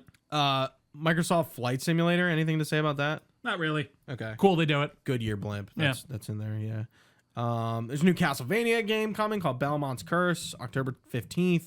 That's the first fully new one in a while, right? Yes. Yeah. It's set 23 years before Castlevania 3 as a new Belmont protagonist, Rose Belmont.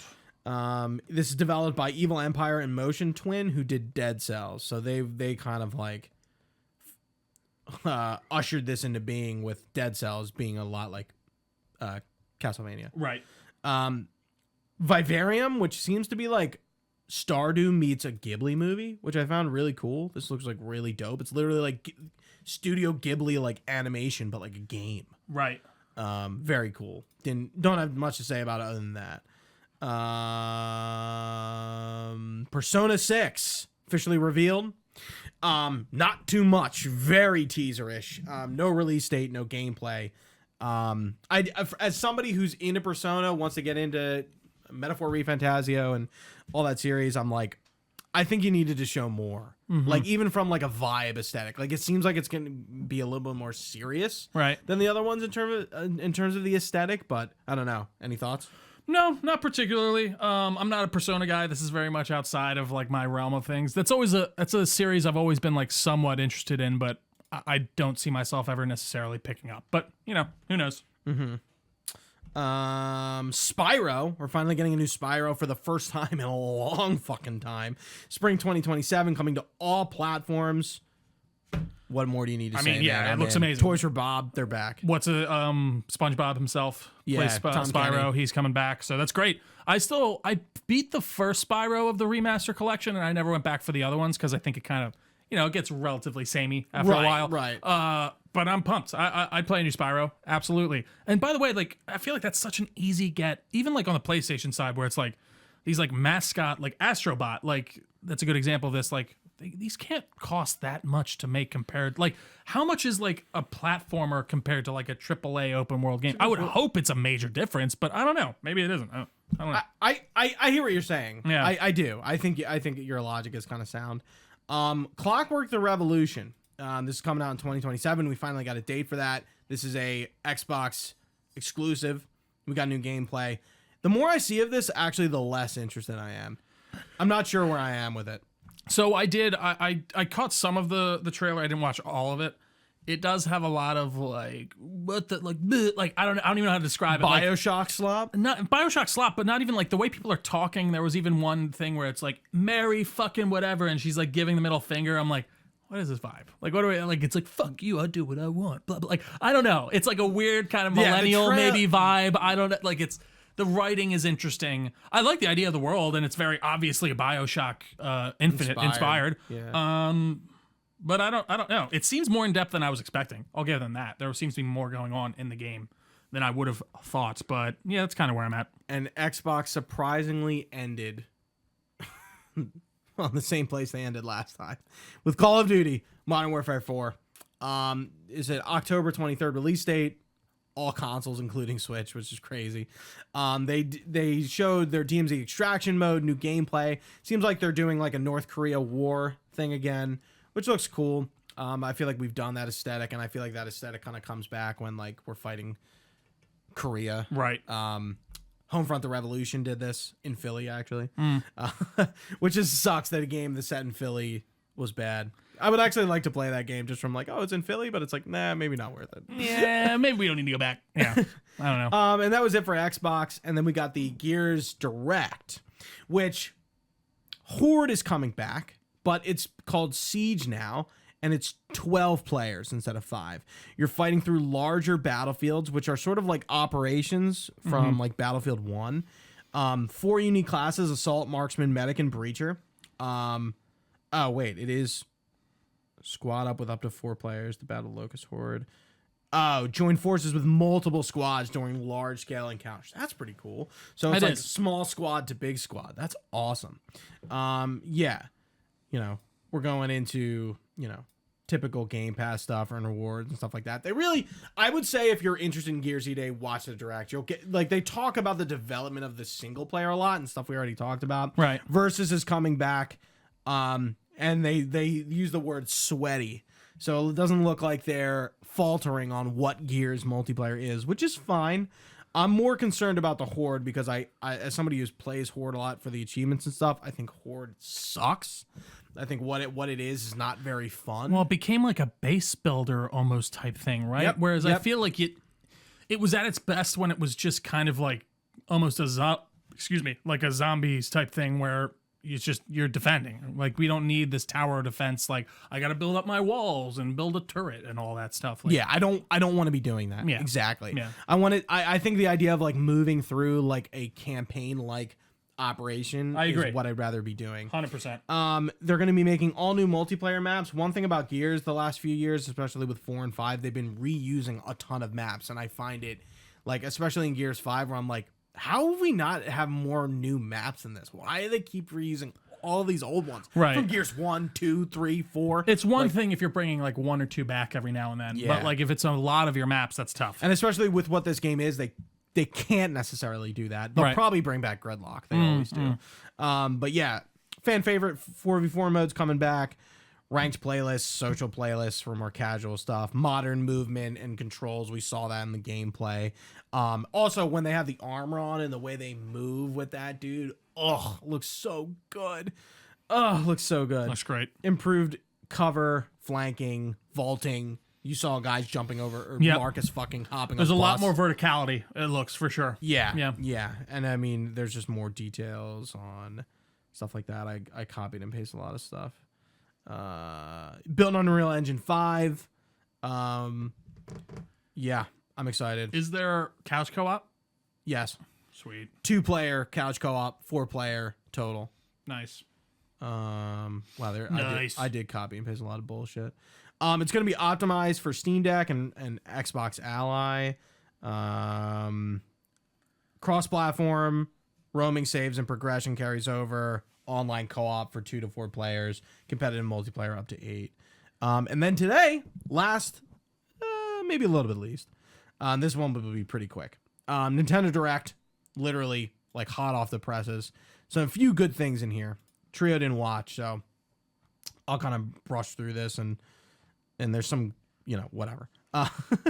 Dragon's Dogma 2. Weird seeing this game here. It's getting a Dark Arisen version to all platforms. This is coming on October 9th. We are getting a new region called Norgan, which is an ice and snowy area.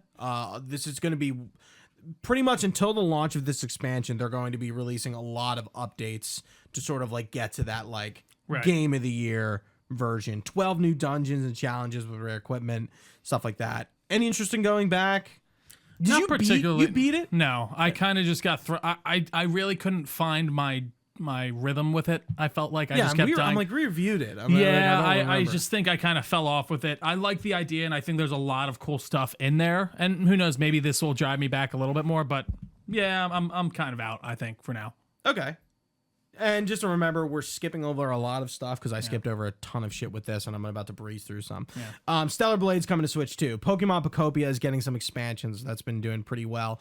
Fire Emblem Fortune's Weave, a new Fire Emblem game, is coming out. I wish I had more to say about that. Donkey Kong Bonanza DLC update.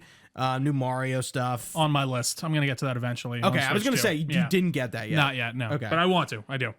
I wonder if this is free. Yeah, I don't know. Hold on, let me see.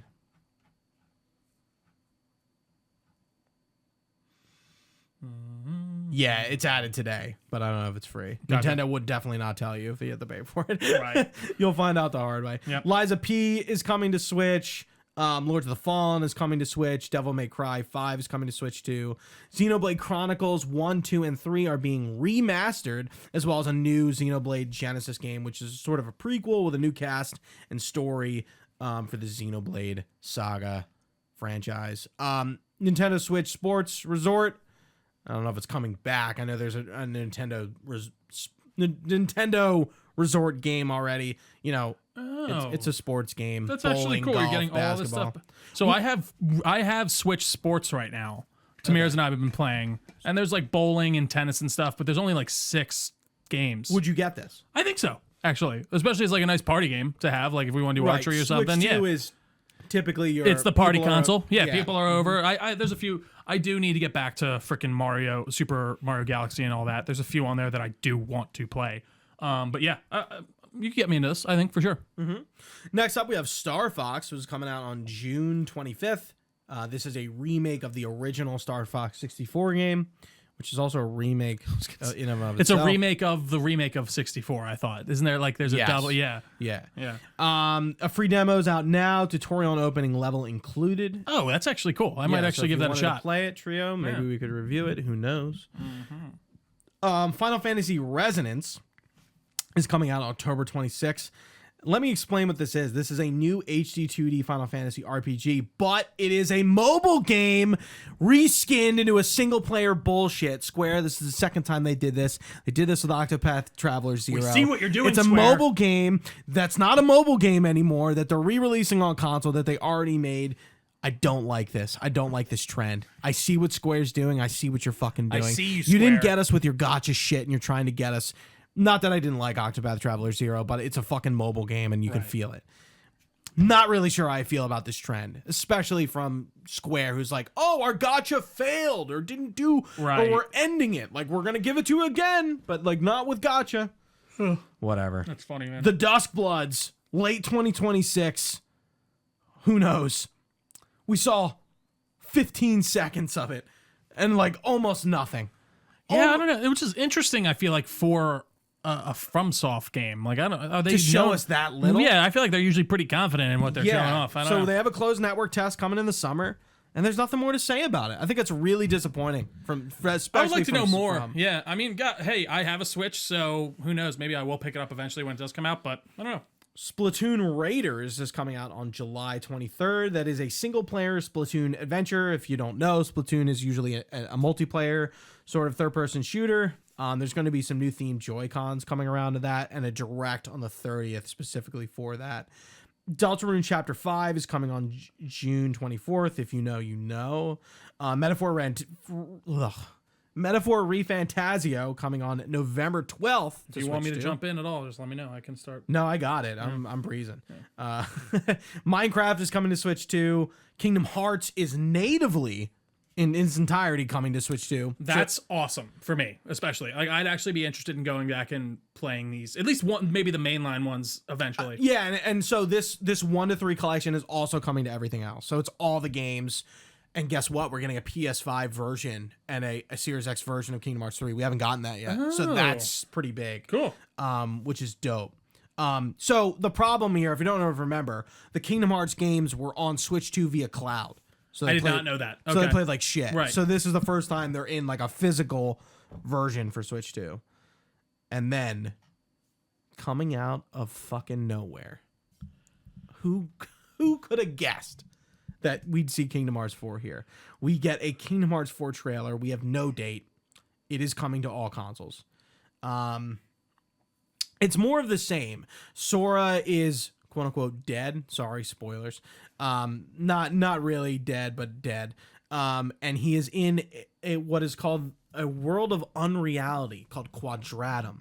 And there is a lot of gameplay. He's in this cityscape with characters from the mobile game called Dark World. Right. There's a lot of returning characters from the series who are sort of dead. This game is kind of mired in, like, you have to know Kingdom Hearts lore to understand who some of these characters are. A lot of the characters coming back in robes, young Xehanort, maybe Masters of Masters, Luxord, who he really is. I know you don't understand what I'm saying, but that's totally okay. Yeah. If you know, you definitely fucking know.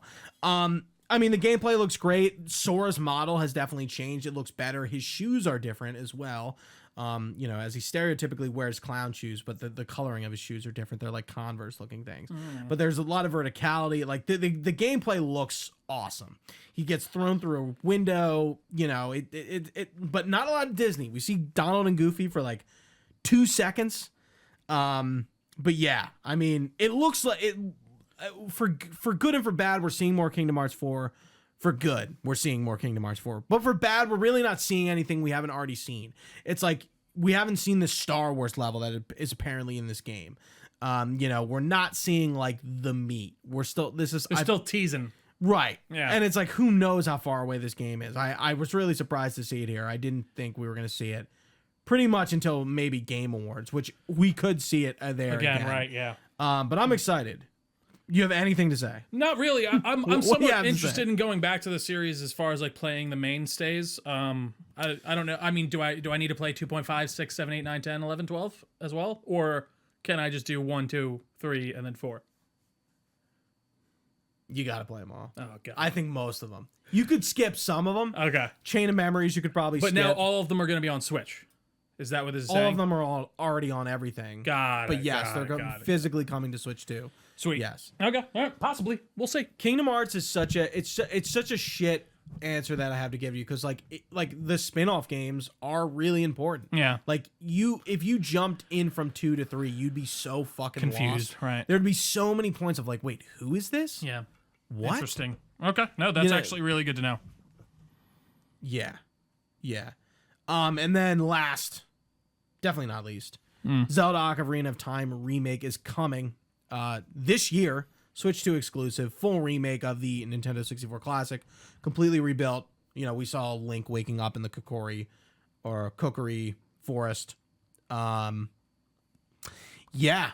Would you get it? Absolutely. I want to play Skyward Sword still, the remake or the remaster they did of that. And yeah, I'd absolutely go back to this. The old Zelda games are a complete and utter blind spot for me, and something I would absolutely love to check out.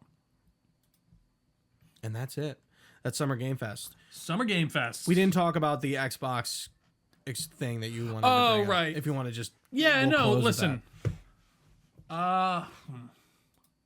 So we have a console exclusive with Gears.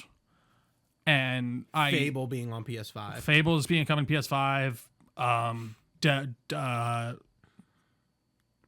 State of Decay 3 is PS3, is PS5.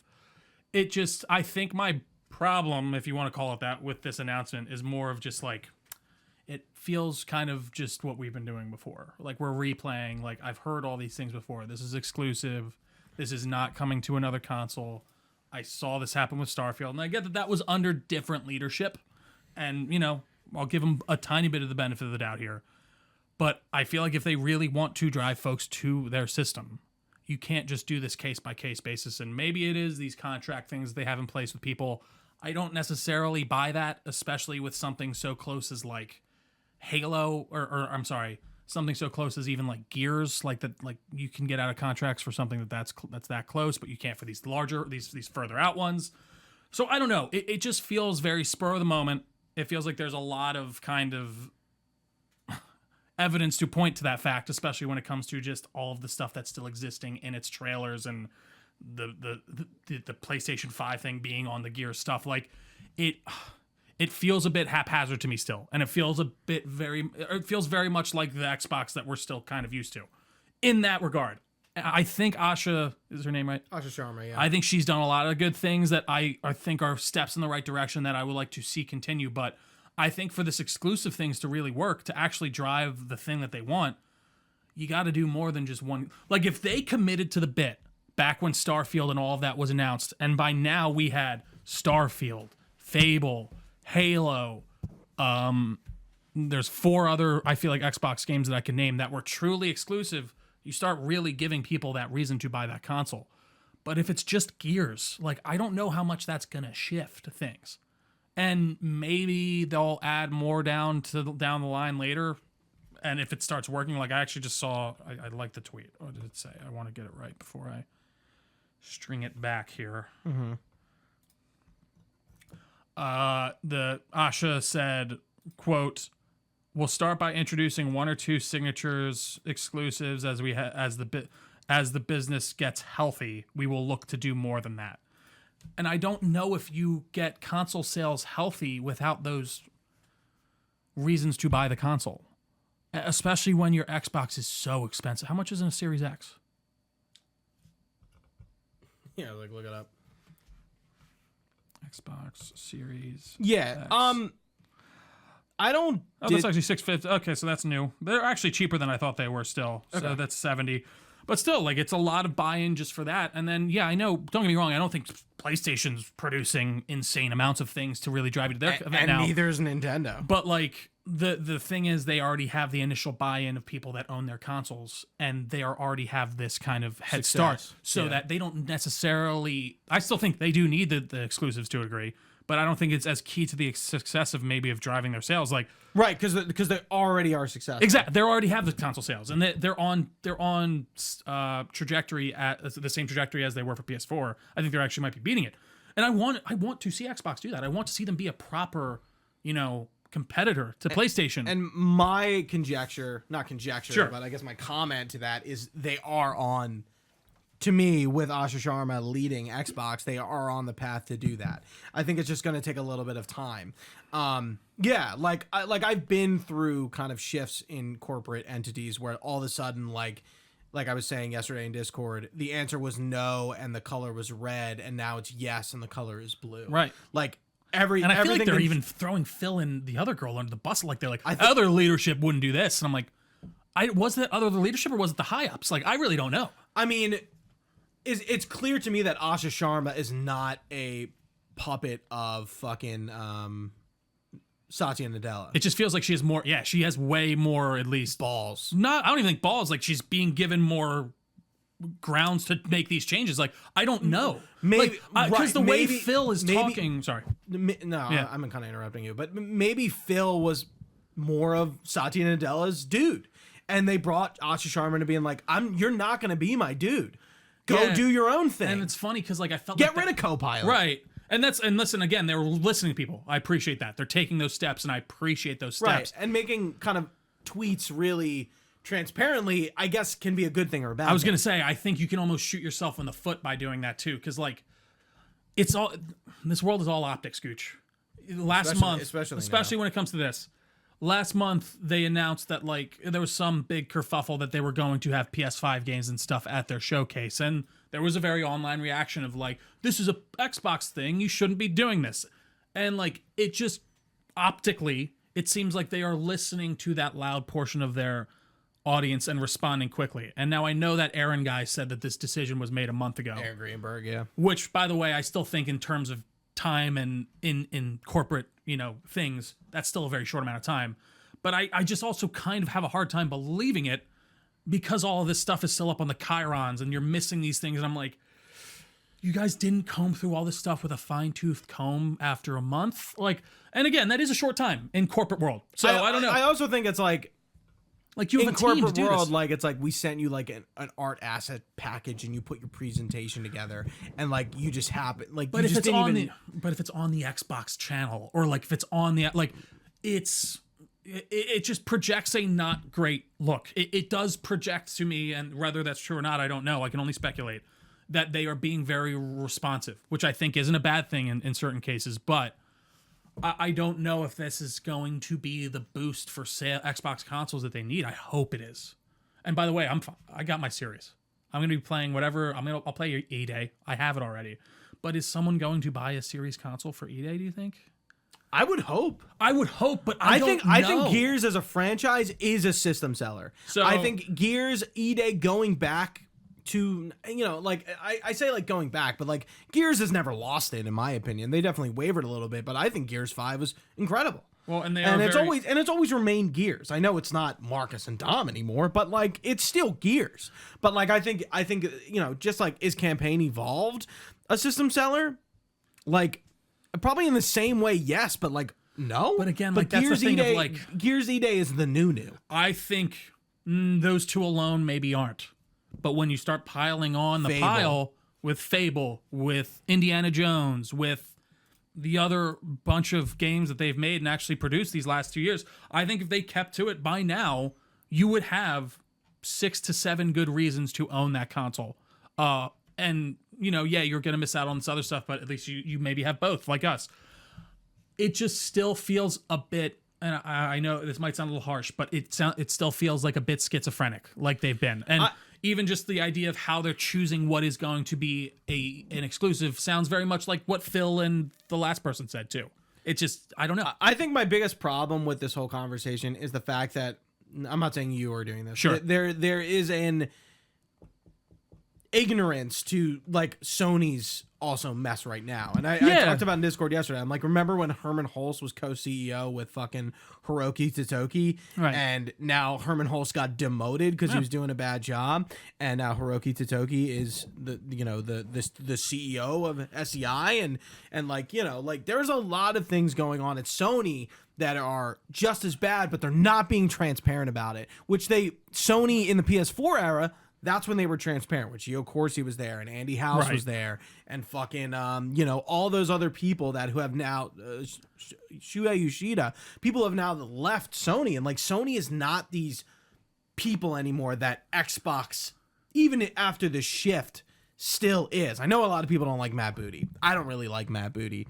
I mean, either, his but, response too was bad. Like, it's just, again, it's like, we Well, and are, then but we Asha aren't, and we Sharma was might, like- but we will. Asha And then Sharma was like, no, don't listen to him. it's just like, it's Shut the fuck again, up. like, you guys need to, the optics. You need everyone on the same page. And when you start showing that you're not on the same page, it does inspire those same feelings that I had before.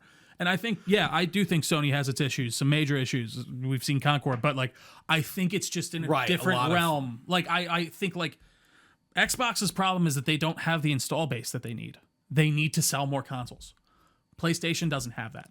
They need to produce more games. I would like them to produce more games. But also they're deeming like failures, in terms of in certain degrees, for sure. Marathon, Bungie, the fact that Bungie is on Definitely. like a shoestring right now. Definitely. Like if they don't perform, they're fucked. They're done. Absolutely. Goodbye. But like, again, it's like their console sells.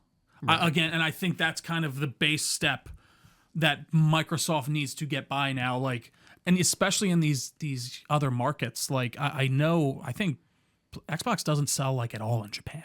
I don't think it sells very much in PlayStations China. don't sell in Japan. No, true. I think, but even compared to like a PlayStation, like I think it's like Switch is like 10,000, PlayStation's 6,000, Xbox is like 700. I'm making up these numbers. You're right. You know what I mean? You're right. Yeah. And I just think they need to get their install base back. And we've talked about it before, but like Xbox lost the worst generation they could have lost. Right. It was the digital generation where people built their console library, and a big part of me choosing to, I'm a different person because I have both, and I'm probably, as of right now, going to have both.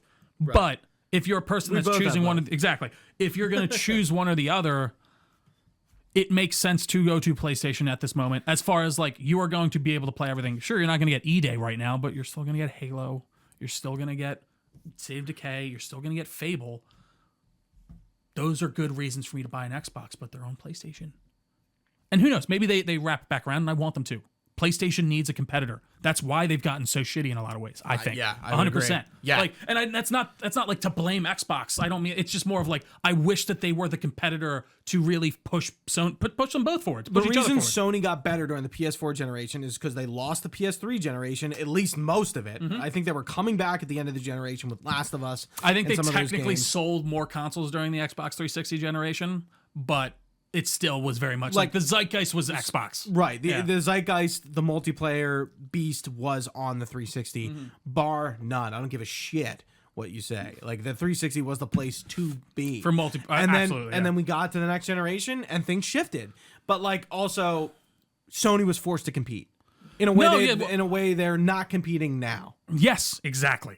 110%. And, again, I just think that Xbox One generation, it just couldn't have been the worst one to muck up like that. I really do. And I think it's unfortunate because you dig yourself in such a deep hole that you really are at such a distinct disadvantage in certain regards, especially from that digital library aspect, that it really does kill people. Like, if I only have one console and I spent $600 on all my games on that digital library, and I know it carries over to PS6, and I just have to buy more games on Xbox, well, what am I doing?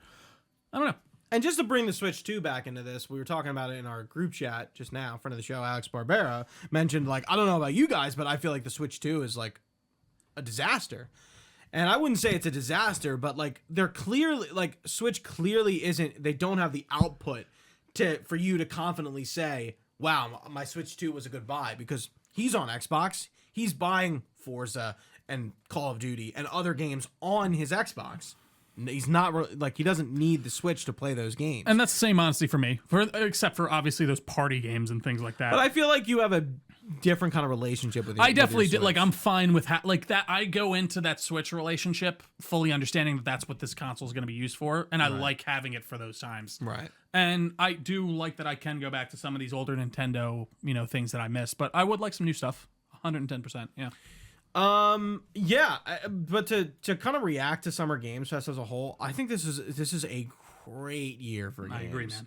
I think Summer Games Fest was great. Yeah, I think Xbox had a better showing. I think State of Play was a bit lacking. But like, I'm excited for all these games. I think Geoff did a great job with his show. Not a lot of ads, game to game to game to game to game. He didn't have any meme moments. He didn't have any stupid moments. Yeah, no one running on stage. Someone yelled at High Guard 2.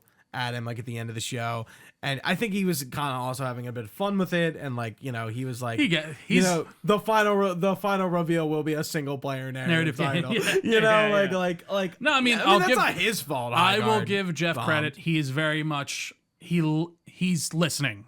And he is trying to react. Sometimes it doesn't work. He's not. Yeah. I wouldn't say he's reacting. He's like adjusting. Yeah, right. Like it's a bit like it's a like reacting's more negative. In a positive way. Mm-hmm. Yeah, he's not reacting like Soros did, or with Housemarque did with Soros. It's more like he's listening and he's learning and he's adjusting and he's also having fun with it. Absolutely. I think Geoff is doing great with Summer Games Fest. This is like the second full year that it's been a thing, like outside of E3. I think this is great. I don't know, not too much more to say other than to wrap it up. Yeah, I can only echo. I mean, like I said earlier, if you watch this entire, series of shows and there's not like 4 to 5 things that you care about, maybe try a different hobby. Anyways, thank you all for watching with us live on twitch.tv/Delco Nerd Network. We really do appreciate your time. You can find this podcast anywhere podcasts are found. Just search Delco Nerd Network on your service of choice. Got a Facebook page, a Discord channel, and all that good stuff will be linked down below with our social medias. We're at Delco Nerds on everything with an @sign. You can find all this information on our website, delconerdnetwork.com. You can even email us your comments, questions, or concerns to delconerds@gmail.com. We're happy to get back to you. But for Gooch, I've been Trio. Thanks for watching, guys. Stay nerdy, and we will see you next year.